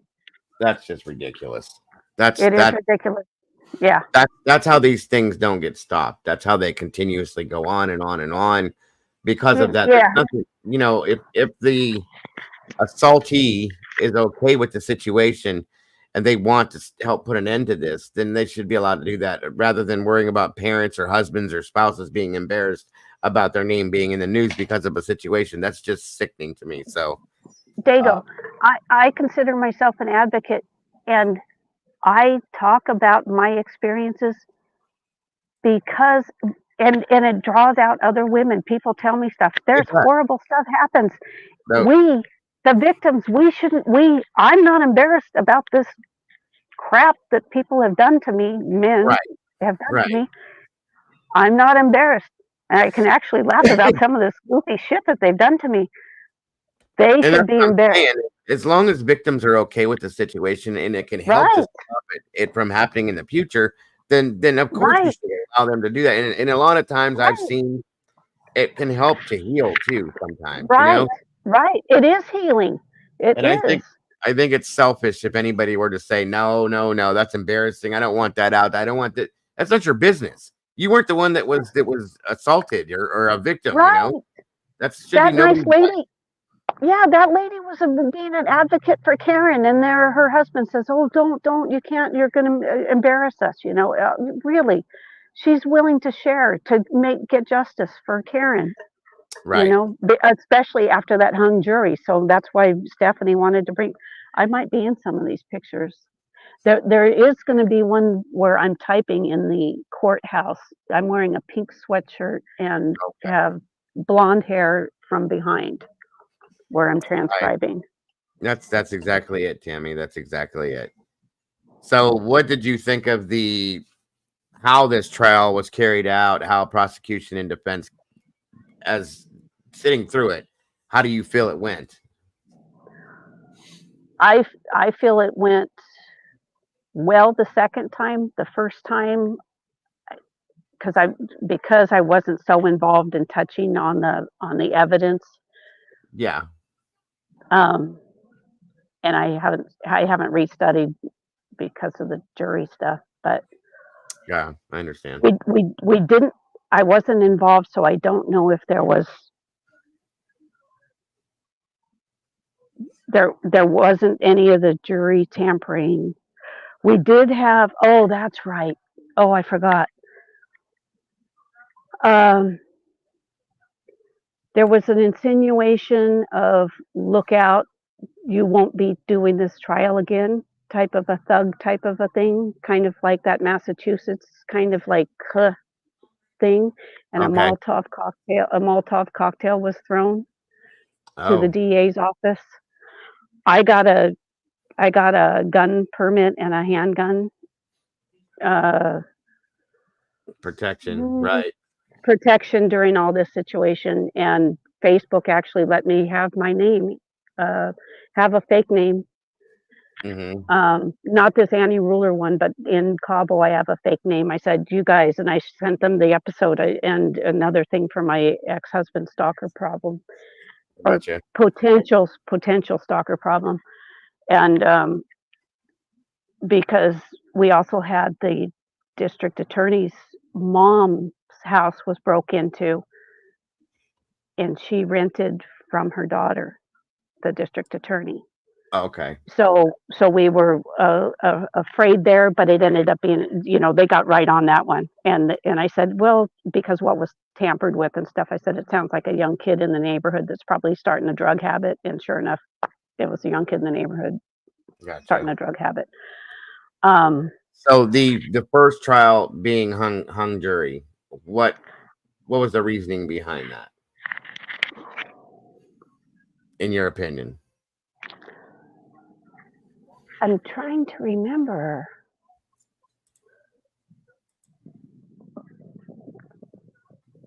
the prosecutor, he didn't put much up. He just kept throwing up pictures of Karen's boobs with a stab mark and saying like he just kept thinking the whole trial was going to be all about I killed my wife. That's it. That he didn't present much. And Stephanie, you know, we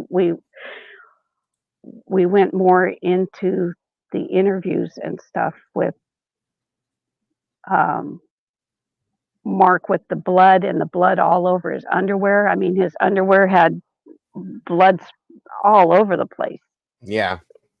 He was just a bloody mess. But the first prosecutor, it was just more about the stab.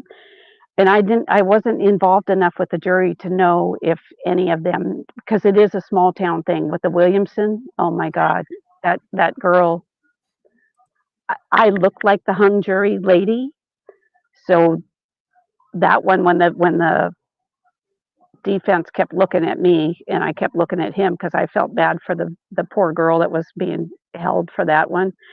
I kept going like, pick me because I think you've got an innocent young lady here. And so I think I got on that jury because I felt for the girl, but it was actually somebody else that was the plant. So I might have looked like the plant by giving too much eye contact. I don't know what hung up that other jury. I see what you're saying. I got you. Yeah, there is a way to be on a jury, is give the defense a lot of eye contact. Give one or more a lot of eye contact if they're paying attention to you. Oh, okay. Yeah. Very interesting. Very, very interesting. And then their son, in the middle of all this, their son, Jacob, I'm sitting with this, you know, because it's a good Mormon family. And he had a problem of, he had been dating a woman in Monterey County. He was a CHP and he had been dating a woman. He had a slumber party or there or whatever, and the two little girls, and he had gave them some alcohol and said, I'll touch myself if you touch yourselves or something. And they were drinking some booze. So he was supposed to get on some kind of sex predator list or something for they negotiated. They thought it was going to be for life. So they said, oh, well, if he doesn't have to go to jail, we don't mind if he's on that list forever. Just put him on that list forever. Is that Megan's Law or something? I don't know. I know what you're talking about. Yeah. Okay. So he gets, so while he's up there at Dad's trial I guess they took him off that list. But he had admitted that he was on that list while Dad's trial's going on, and he says, you know, I got to tell you, I have this little problem. And I think I'm sitting with this guy who's all cleaned up, but the minute he gets off his list, he starts molesting his wife's kids from another relationship. So this was the son to Duenas? Yeah, he had 5 boys. Wow. So his son. I think it's the middle son. I can't remember this. Like I say, I haven't been studying this lately. So the son starts molest. Like I say, I think maybe the stress or something. I don't know what happens to these people. So he starts molesting her son, and you know she knew about these little girls, so she doesn't think he's all for the boys. Yeah. Whatever. And she doesn't believe her son. Well, I'm down there. I'm down there in Cabo when I hear about all this crap, and I just do road trips up here in the summer, and I just road trip up here. So I start following him at this court case because the father finds out about this and he presses charges, and of course the wife thinks that he's just trying to that the ex-husband's trying to just get custody of the kids because she's a pain in the ass, right? And she's showing up to court pregnant with another baby, so she's breeding now. And her father is high up there in some bank in that little community in Chico, California. And I'm attending, and it's now high profile that Jacob Dwayne is being charged with child molestation, and since his father's a murderer, he got 25 years. This happened after the father. This happened after, so the judge is. It appeared that the judge was having some compassion for this poor boy who's being accused of this. You know, like oh, he's being a victim, re-victimizing this family, right? Well, I'm following this court case around, and I'm trying to find out when the next court date is so I can strategically be there with my car and be where I'm going to be. The judge hides the file after court of when the next court date is. And I'm like, wow, this is weird. And I'm calling the court clerk and stopping by because I'm in the hood. And she gets curious and she goes, I need to find out what's going on. She goes in the judge's chambers when the judge is somewhere else. She finds the file hidden in there and finds the court date to tell me when it is. And I get there, you know, I show up. That's against her plans and stuff. And the wife's even more pregnant, right? And she doesn't think that this really happened. One of the witnesses that was supposed to testify, he's from up here in Washington, where I am right now, Gig Harbor, down the street here. Mm-hmm. I didn't make it to the trial, but he got 6 months in California. Is 3 months in the summer. You hardly would even notice he's gone. Well, that county there, I forget the county. They got pissed and they actually tried to recall that judge. They were pissed. Yeah. So the recall didn't work on that one. Well, the little boy, one of the little boys that had been a young boy that was willing to testify at that courthouse case from up here in Gig Harbor, he finally he got the balls up and he says, I'm pressing charges. And he came up here to Washington and he pressed charges and he says, this has to stop. Thank God. So I followed that case up here to Pierce County, and my friend gave me the airplane ticket to fly up here to pilot, where I could just fly for pay the taxes and stuff, and they let me stay at their place over here in Tacoma.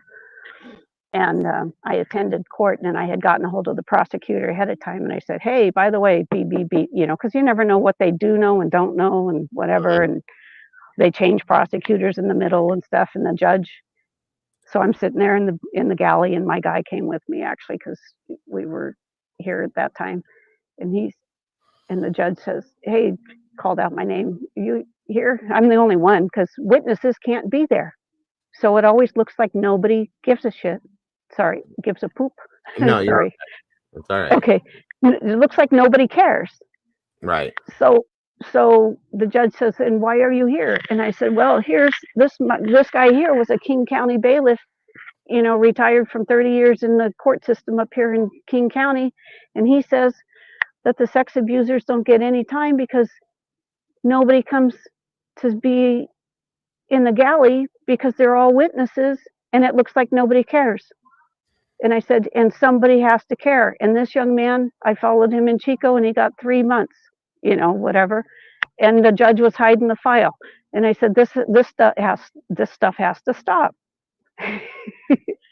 Well, wow. Well, one of them is actually a friend of mine on Facebook. She's probably going to see all this stuff. And she, we ended up hanging out and being friends. And the judge says, okay, we did whatever. I actually typed up some questionnaires and stuff. They had a good public defender, solid public defender for Jacob. And I was actually quite nervous. The jury, I was nervous. I didn't know what the holdup was. The poor young man, he testified. The judge asked me to sit off to the side because I would be typing. I had my disability privileges with the being able to type and stuff. And turned in a news article so that it would be all on the internet for life. And it was published down in Salinas, what I wrote, because he was a Salinas CHP when he was naughty down there. But he got 26 and a half years. His father got 25 for killing mom. He got 26 and a half. Now, was this stuff going on? Well, obviously, we know that when Mark did what he did to his wife, it was just one time. But like, did this kind of happen simultaneously, or when the molestation was taking place, or was it way before or way after, or how did that go into effect? Good night, Paula. The molestation took place on this young man up here in Gig Harbor when Jacob was 18, 19, came up here to go to college to be a CHP. So And way the little before Mark. way before, and the little boy. This is really sick. The little boy was, I think, 8, and it's sick. His Aunt Jennifer, his Aunt Jennifer's sister was Karen. Okay. So they go out to the cemetery to go visit Karen. No microphones, no cameras, no anything, and had a little private talk. And Jennifer, because Jennifer testified at this trial up here, and Jennifer said, Jacob, I don't understand, because Jennifer lived up here in Gig Harbor at the time when it happened in her house. And she says, I don't get it. Because he had actually moved up here because he was accused of touching little boys down there. So Jacob is, I don't know if you know how old he is now, but so Jacob was already touching boys in Shasta County, comes up here, he's molesting a little 8-year-old while they already know to keep an eye on him. And Jacob told Aunt Jennifer, Aunt Jenny, I'm just good at it. I was really good at it, you know. Because Aunt Jennifer didn't even remember ever leaving him alone with the little boy. And the little boy goes, no, they went to go to the grocery store. And there I am laying on the floor. And there's Jacob, you know,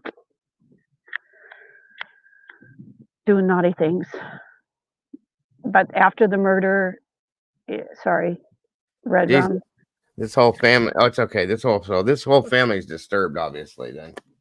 Well, the other 4 boys all seemed to be really great kids. All turned out just a bad seed, just one bad. Well, no, okay, 2. Well, you know, that's good. When you walk in on your dad with a knife and your mom's dead, you know, I don't know. Yeah. You know, so when. But then we know that the son covered this up, correct? Right.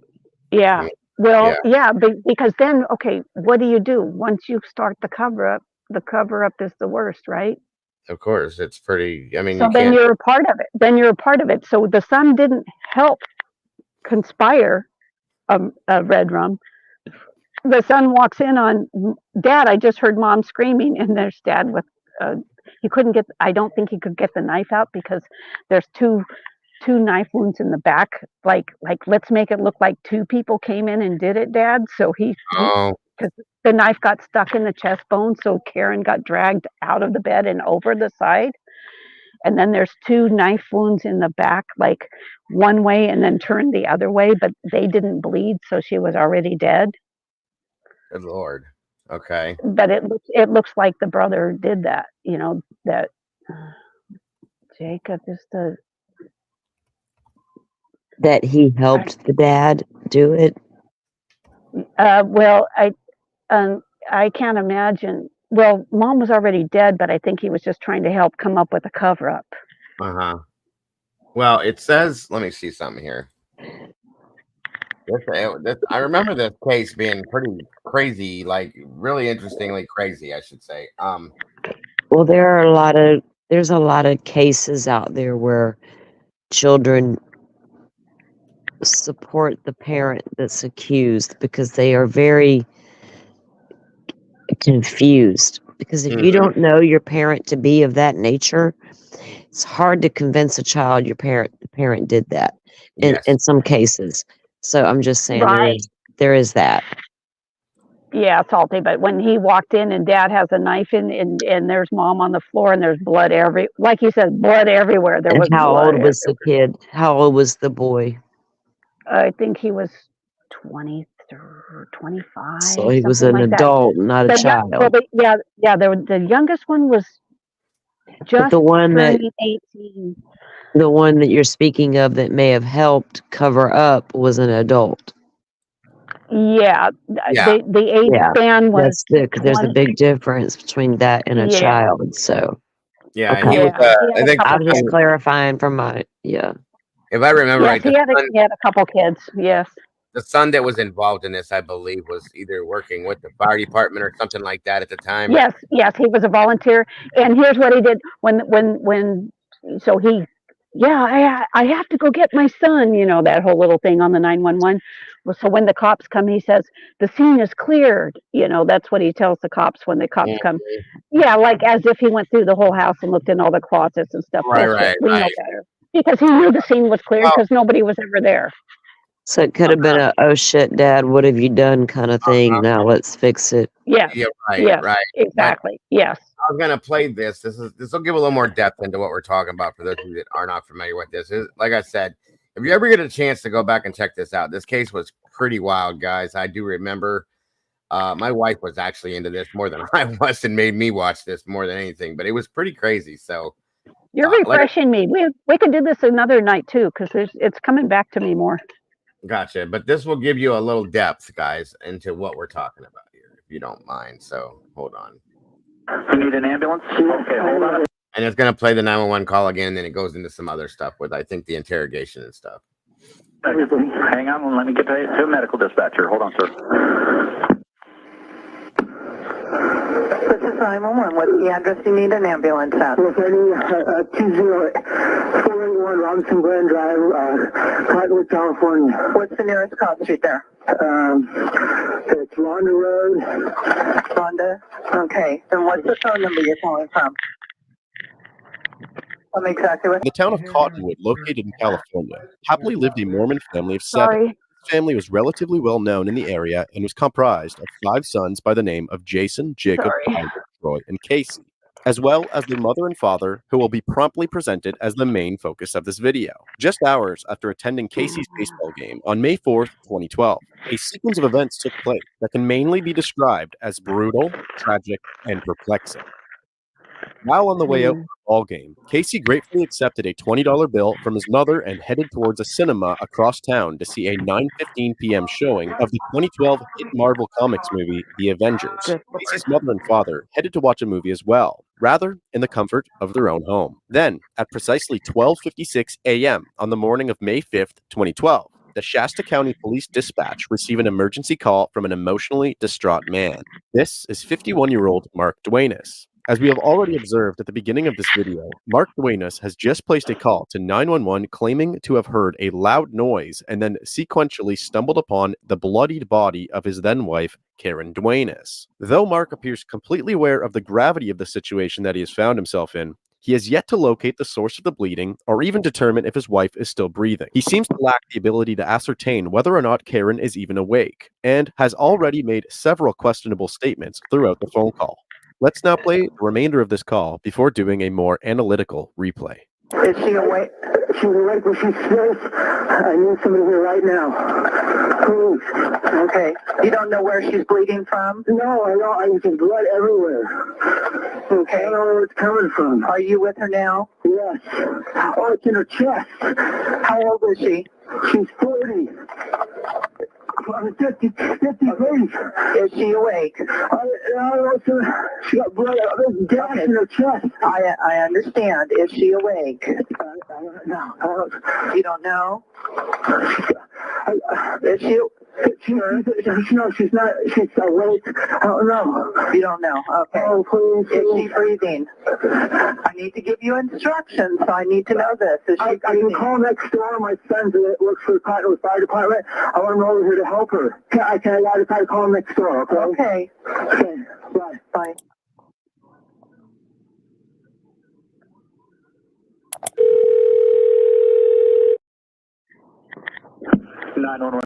Emergency. I'm stuffing my wife's sick and blood everywhere. I'm stuffing my wife's sick and blood everywhere. What you have just heard could be interpreted as a moment that a panicked Mark Duenas immediately confessed to the murder of his wife via a potential Freudian slip. Unfortunately, the poor audio quality of this phone call make it quite difficult to determine whether or not Mark said this. I said my wife's sick and blood everywhere. Or this. I said my wife's sick and blood everywhere. Regardless of the poor audio quality, this moment and several others will have significant importance later on in this video. Shortly after this call is placed, Mark's son Casey ran over to Jason's house, who lived directly next door, and worked as a volunteer firefighter. Casey entered the home yelling, "Jason, come quick, there is something wrong with Mom." Casey and Jason then quickly returned to Mark and Karen's home and fell upon a bloody crime scene.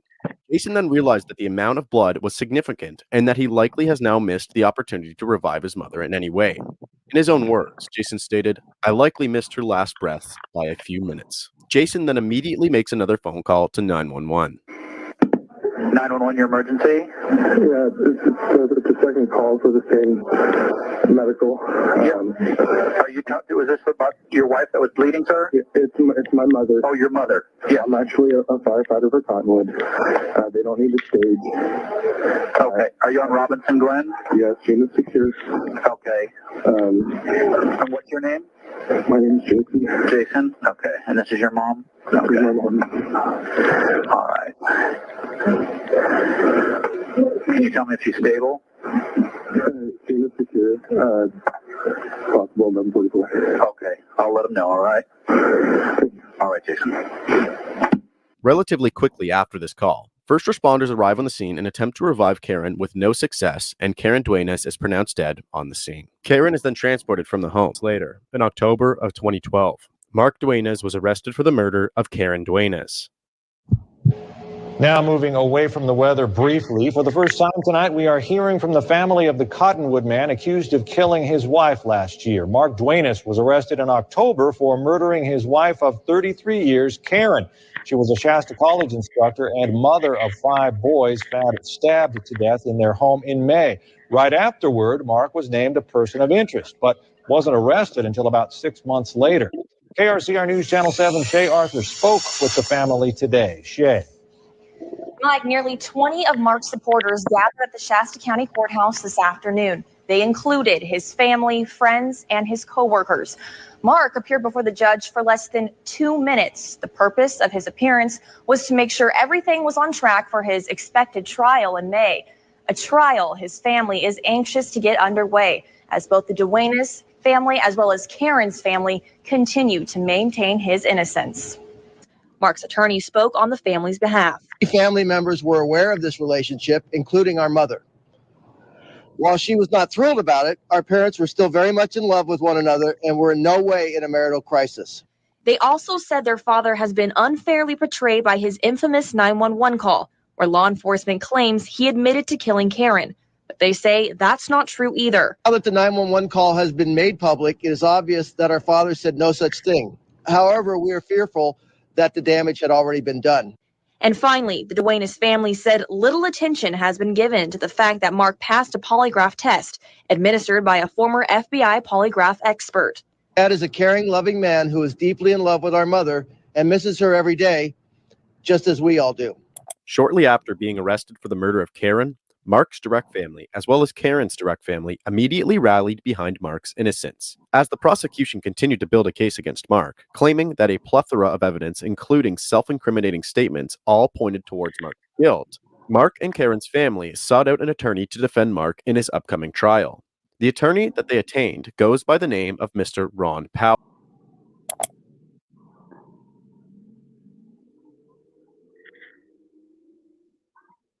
And there it is, guys. And a real quick rundown.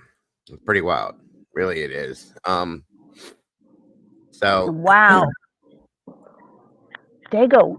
So this had Jacob in prison from the wife's kid back in Chico time during this YouTube show? Yeah. Okay. So that was back in 2013, 2014, because that was a shock back then when I attended that trial. Okay. And now he's up here in Washington with me. It's colder in prisons up here. It's not in good weather up here. Right. Right. Yeah. Well, like I said, it's really, it's crazy. Definitely crazy. Yeah. The whole story is. I Yeah, appreciate it's your coming back input. to me. Definitely, I appreciate your input, Annie. It's interesting to hear somebody that was involved per se. You know what I mean? And to Yeah. hear that side of it. Really, it is. But would you like to hear some of the parts that made a difference of what I helped? Sure, absolutely. Okay. Now that there's a little more depth, people can kind of understand what it was all about. So yeah. Okay. Well, as far as from being a juror with the disability part, that's who gets on these juries is seniors and people that have the time off of the work and all that kind of stuff. So with my prosecutor, I was able to coach her a little bit, and I talked to defense attorneys, and they just hate this part. But they have binders. I said we have to, because the memories and little things like that. I said we have to see it 3 times. We have to feel it. Give it to us in the binders. They would stick up on a screen and they go, here's a text message, beep, So now we see it, we feel it, put the binders in our laps, in our hands, and then Stephanie, that was very nice, to try not to show us there was a dead person. Sure. But we had a female alleged mastermind for the first trial. So there's this cute lady dressed in whatever cute outfit she thinks she's dressed in. And then there's some guy, it's just a name and there's no dead body. I said, no, we don't have any we don't know, there's just a name. And then you got this cute looking lady there who's claiming to be a victim. So I said, we do need to see that there's somebody got slain. Right. And we need to feel it put those pictures in the binder and give it to us to feel it for us compassionate people, empaths. Sure.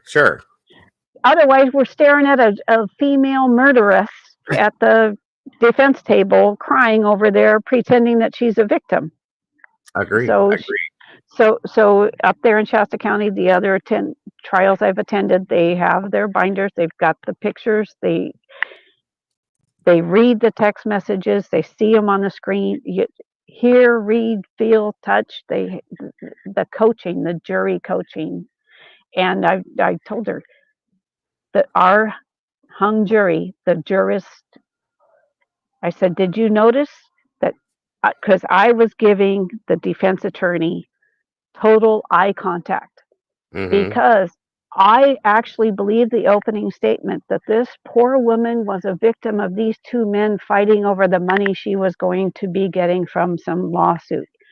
So I was giving total eye contact like, oh my God, you need my help. But I was in so much discomfort with my problem of my disability that sometimes I just couldn't care. Right. Because I hurt. But then I'd go like, oh shit, I better care. So I'd give them all that like, oh shit, you need me look, So there is a look you give the defense attorney when you want to be on the jury. So I was giving it to him. In that, with your experience, you think that actually makes that much of a difference then? Well, we were down to, there were like 4 of us left, and I look actually like the plant. I believe that I know Peggy was the plant. Well, Peggy was connected to the defense. It's a small county, so you get your number and then you tell your work, oh, I have to be off for jury duty. Oh my goodness. And you're connected, right? So there you are in this whole pool of whatever. And like I say, we were down to like 4 of us are left. Painful. Every day it's just painful for me to have to get up and go through that. But so me and Peggy, and that was it. But I knew that in the end, I knew there was a reason why there was us 3 left, because he wanted Peggy on there. And Gotcha. Peggy was our plant. So I was able to tell Stephanie, watch out for the ones that are giving the defense attorney, good eye contact. They are trying to get on. I was trying to get on because I was going like, oh my God. And I heard Dago.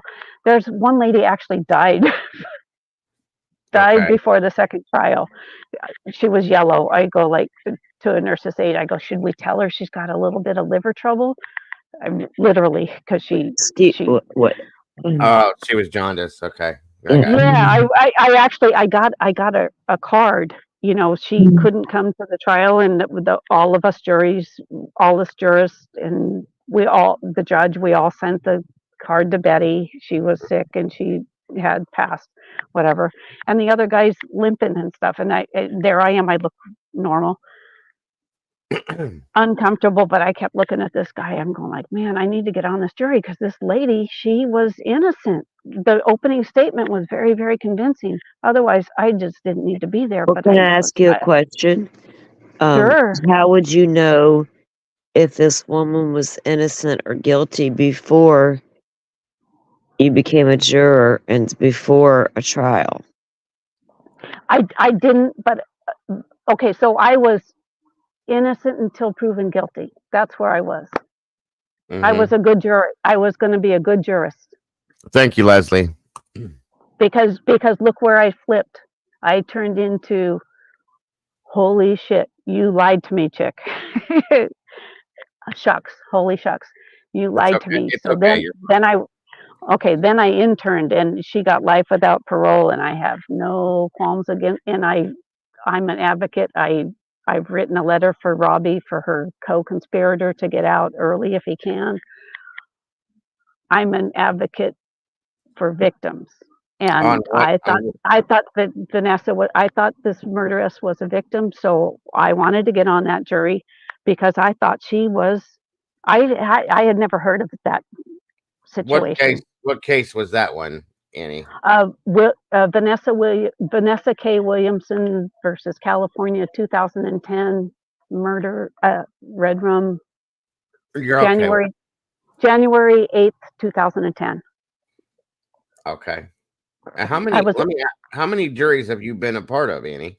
Oh, I was only on that jury, and then when we were hung, the judge said, the defense or prosecution may contact you, like walking out of the halls or whatever.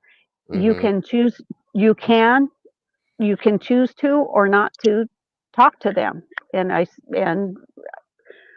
my kids were waiting in Lake Tahoe. My birthday was 2 days before we were supposed to be there for whatever.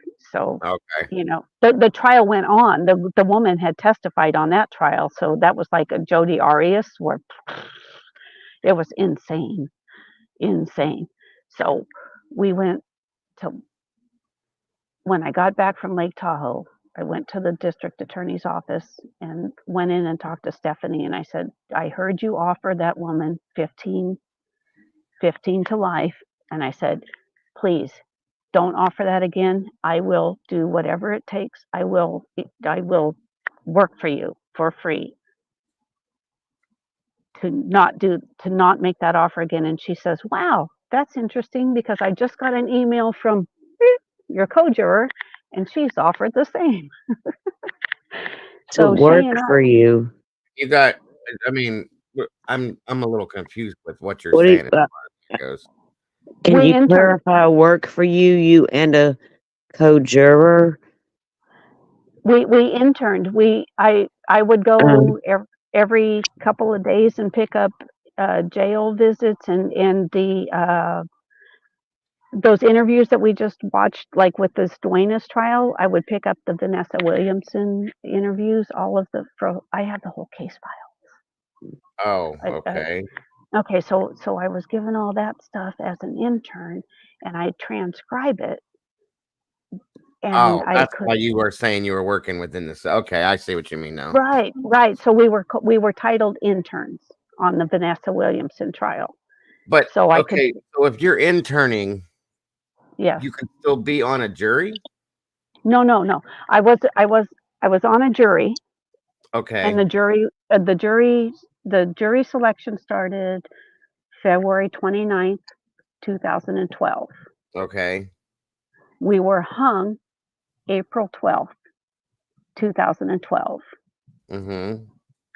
I got all of us jurors together because, like, a few days, whatever, I went and I offered to be I offered to work for the district attorney's office As an intern. as an Okay. intern, as did this other former juror. We independently, we had not, independently, we just said, please So do not give. We did not want Vanessa on the street. She's dangerous. I understand that, but so you guys were previous jurors on another trial, and then you kind of were interested in the scenario and offered within For the the next second trial. For the second trial, because to for be the intern. second trial, yeah, Stephanie was having a cesarean section like May 10th or something like that. She was pregnant and more pregnant. The trial, we were supposed to have like a 3-week trial, and it went for 6 or some stupid thing like that because our jury went for 2.5 weeks of deliberations. Okay, so how long did you intern for the DA's office? At least a year. Oh, okay. Yeah, the trial, and because then for the next trial, Gotcha. and then So we attended the next trial. now, don't take this wrong, but like what you were saying though, with having the fact you said you had the case file and all that kind of stuff, are you saying that like you were able? I'm kind of a little lost with what you're explaining. If you can maybe explain a little more detailed, Sure. as to what you were doing with that when you had the file and stuff like that. I was bedbound, so I would pick up CDs, DVDs. I have Mm-hmm. all of the interviews, all of the police reports, all of the DVDs, all of the everything, and I would retranscribe. I didn't have. Well, they gave me their transcripts. Uh-huh. My prosecutor, Stephanie, she was given the murder case for the Williamson trial. She was given that just a few weeks before jury selection. So it was her first murder prosecution. And Gotcha. I don't know why Mr. Carlson pulled it from the former prosecutor, but I'm glad that he did, because there were a lot of deleted key exculpatory words, lines, sentences. Okay.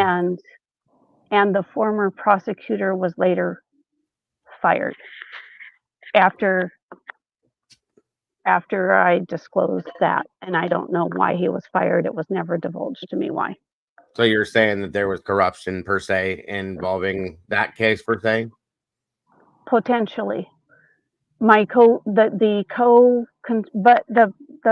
yeah. I visit the co-defendant. Mm-hmm. His father was a prominent man, Gotcha. He was a chiropractor in town and well known. He was murdered after this. He slid. He had a relapse in his sobriety. He was, and then he had a stroke. It was a mess, but he was murdered, and his killers were recently prosecuted. Wow. Okay. Yeah, Now I just want to make sure of something, but you're not going to get yourself in any trouble for talking about this, are you? No, but that's why I'm starting to try to remember to think about what I'm saying so that I don't get. Stephanie's not in trouble because she's doing nothing but good things. Okay. Well, I mean, I just want to make sure you're not getting yourself in any trouble, but no, Mr. Carlson appointed myself and my co-juror, and he was the elected prosecutor. So we were appointed interns. Mm-hmm. Even Dateline, we were supposed to be able to go in for the Dateline taping, mm-hmm. and because they said yes, we will let you have 2 employees come in, but Shane Bishop was pissed because I wouldn't give him the transcripts on Okay. for the second trial, and he says that I wasn't an employee and he wouldn't let me in. So Oh, okay. Gotcha. yeah. Well, And maybe I wasn't, and for Duenas, I wasn't an employee, and I wasn't an intern for Duenas. I could just coach, and I did help on the Duenas because you can coach. You know, I didn't have any evidence, but I saw the jury. Okay, actually, our medical examiner, Mm-hmm. she said, well, the knife wound was, and I'm not good on my millimeters and centimeters, 7 centimeters long, you know. And then they brought out that knife that you just showed, and then they said, and this knife is 6 inches long. And then I saw because as jurors, they tell us that we're not allowed to go home and measure things. We can't do any research on our own. We cannot. Right. So we can't do our research at home, and then we can't go in our deliberations and do our own research there. So part of my jury coaching was from the galley. I could observe this, and this is legal. I could observe this stuff and coach Stephanie and say, hey, here's a question. So from the galley, I could say millimeters and centimeters, and they did call Dr. I forget her name, Dr. Comfort. She's the medical examiner, Dr. Comfort. What you're saying by coaching is like you're helping the prosecutor per se. Yes. To be able to see what I'm seeing. Bring the questions from the jury, basically. Yeah. See what I'm seeing as a layperson. Okay. I see. When I'm watching a trial, see what I'm seeing, hear what I'm hearing, and see what the jury is seeing. And in a sense, that helps the prosecution to be able to. Right. I've met down in Cabo. I talk to people. You know, we see attorneys and stuff, and they go, "Oh my God, you are a defense attorney's nightmare." Because when Dr. Comfort said the knife wound was this many centimeters long and this many millimeters wide, then you whip out Mark Duenas's knife from the chopping block, and they go, it's 6 inches wide and this many inches deep or whatever. You know, whatever. I'm not talking right. My melatonin kicked in. I'm sorry, but no, I was just trying to put together what we were trying to understand. That's all. Yep. But Stephanie called back Dr. Comfort and straightened that whole thing out so that the jury's not in there talking about centimeters and millimeters and inches and trying to figure out a flipping knife. Okay. The knife wound, like Karen Reed, they're trying to figure out if the report said that Right. I know what you're saying now. I was misunderstanding you at first, but that's okay. And my melatonin, like I say, is like here. That's all right. It's all right. But we could probably pick this up another night because we've been here 4 hours. It's like almost 3 in the morning. So it's probably a good idea that I bring this down. But I do appreciate your insight and your input in tonight. And again, that Duenas case was very interesting, and at least they get to understand that too. It's freshened me back up on it. Yeah. I don't know. There's an interesting outlook on some things, but again, thank you very much for joining us up here. I appreciate you. Yeah. Absolutely.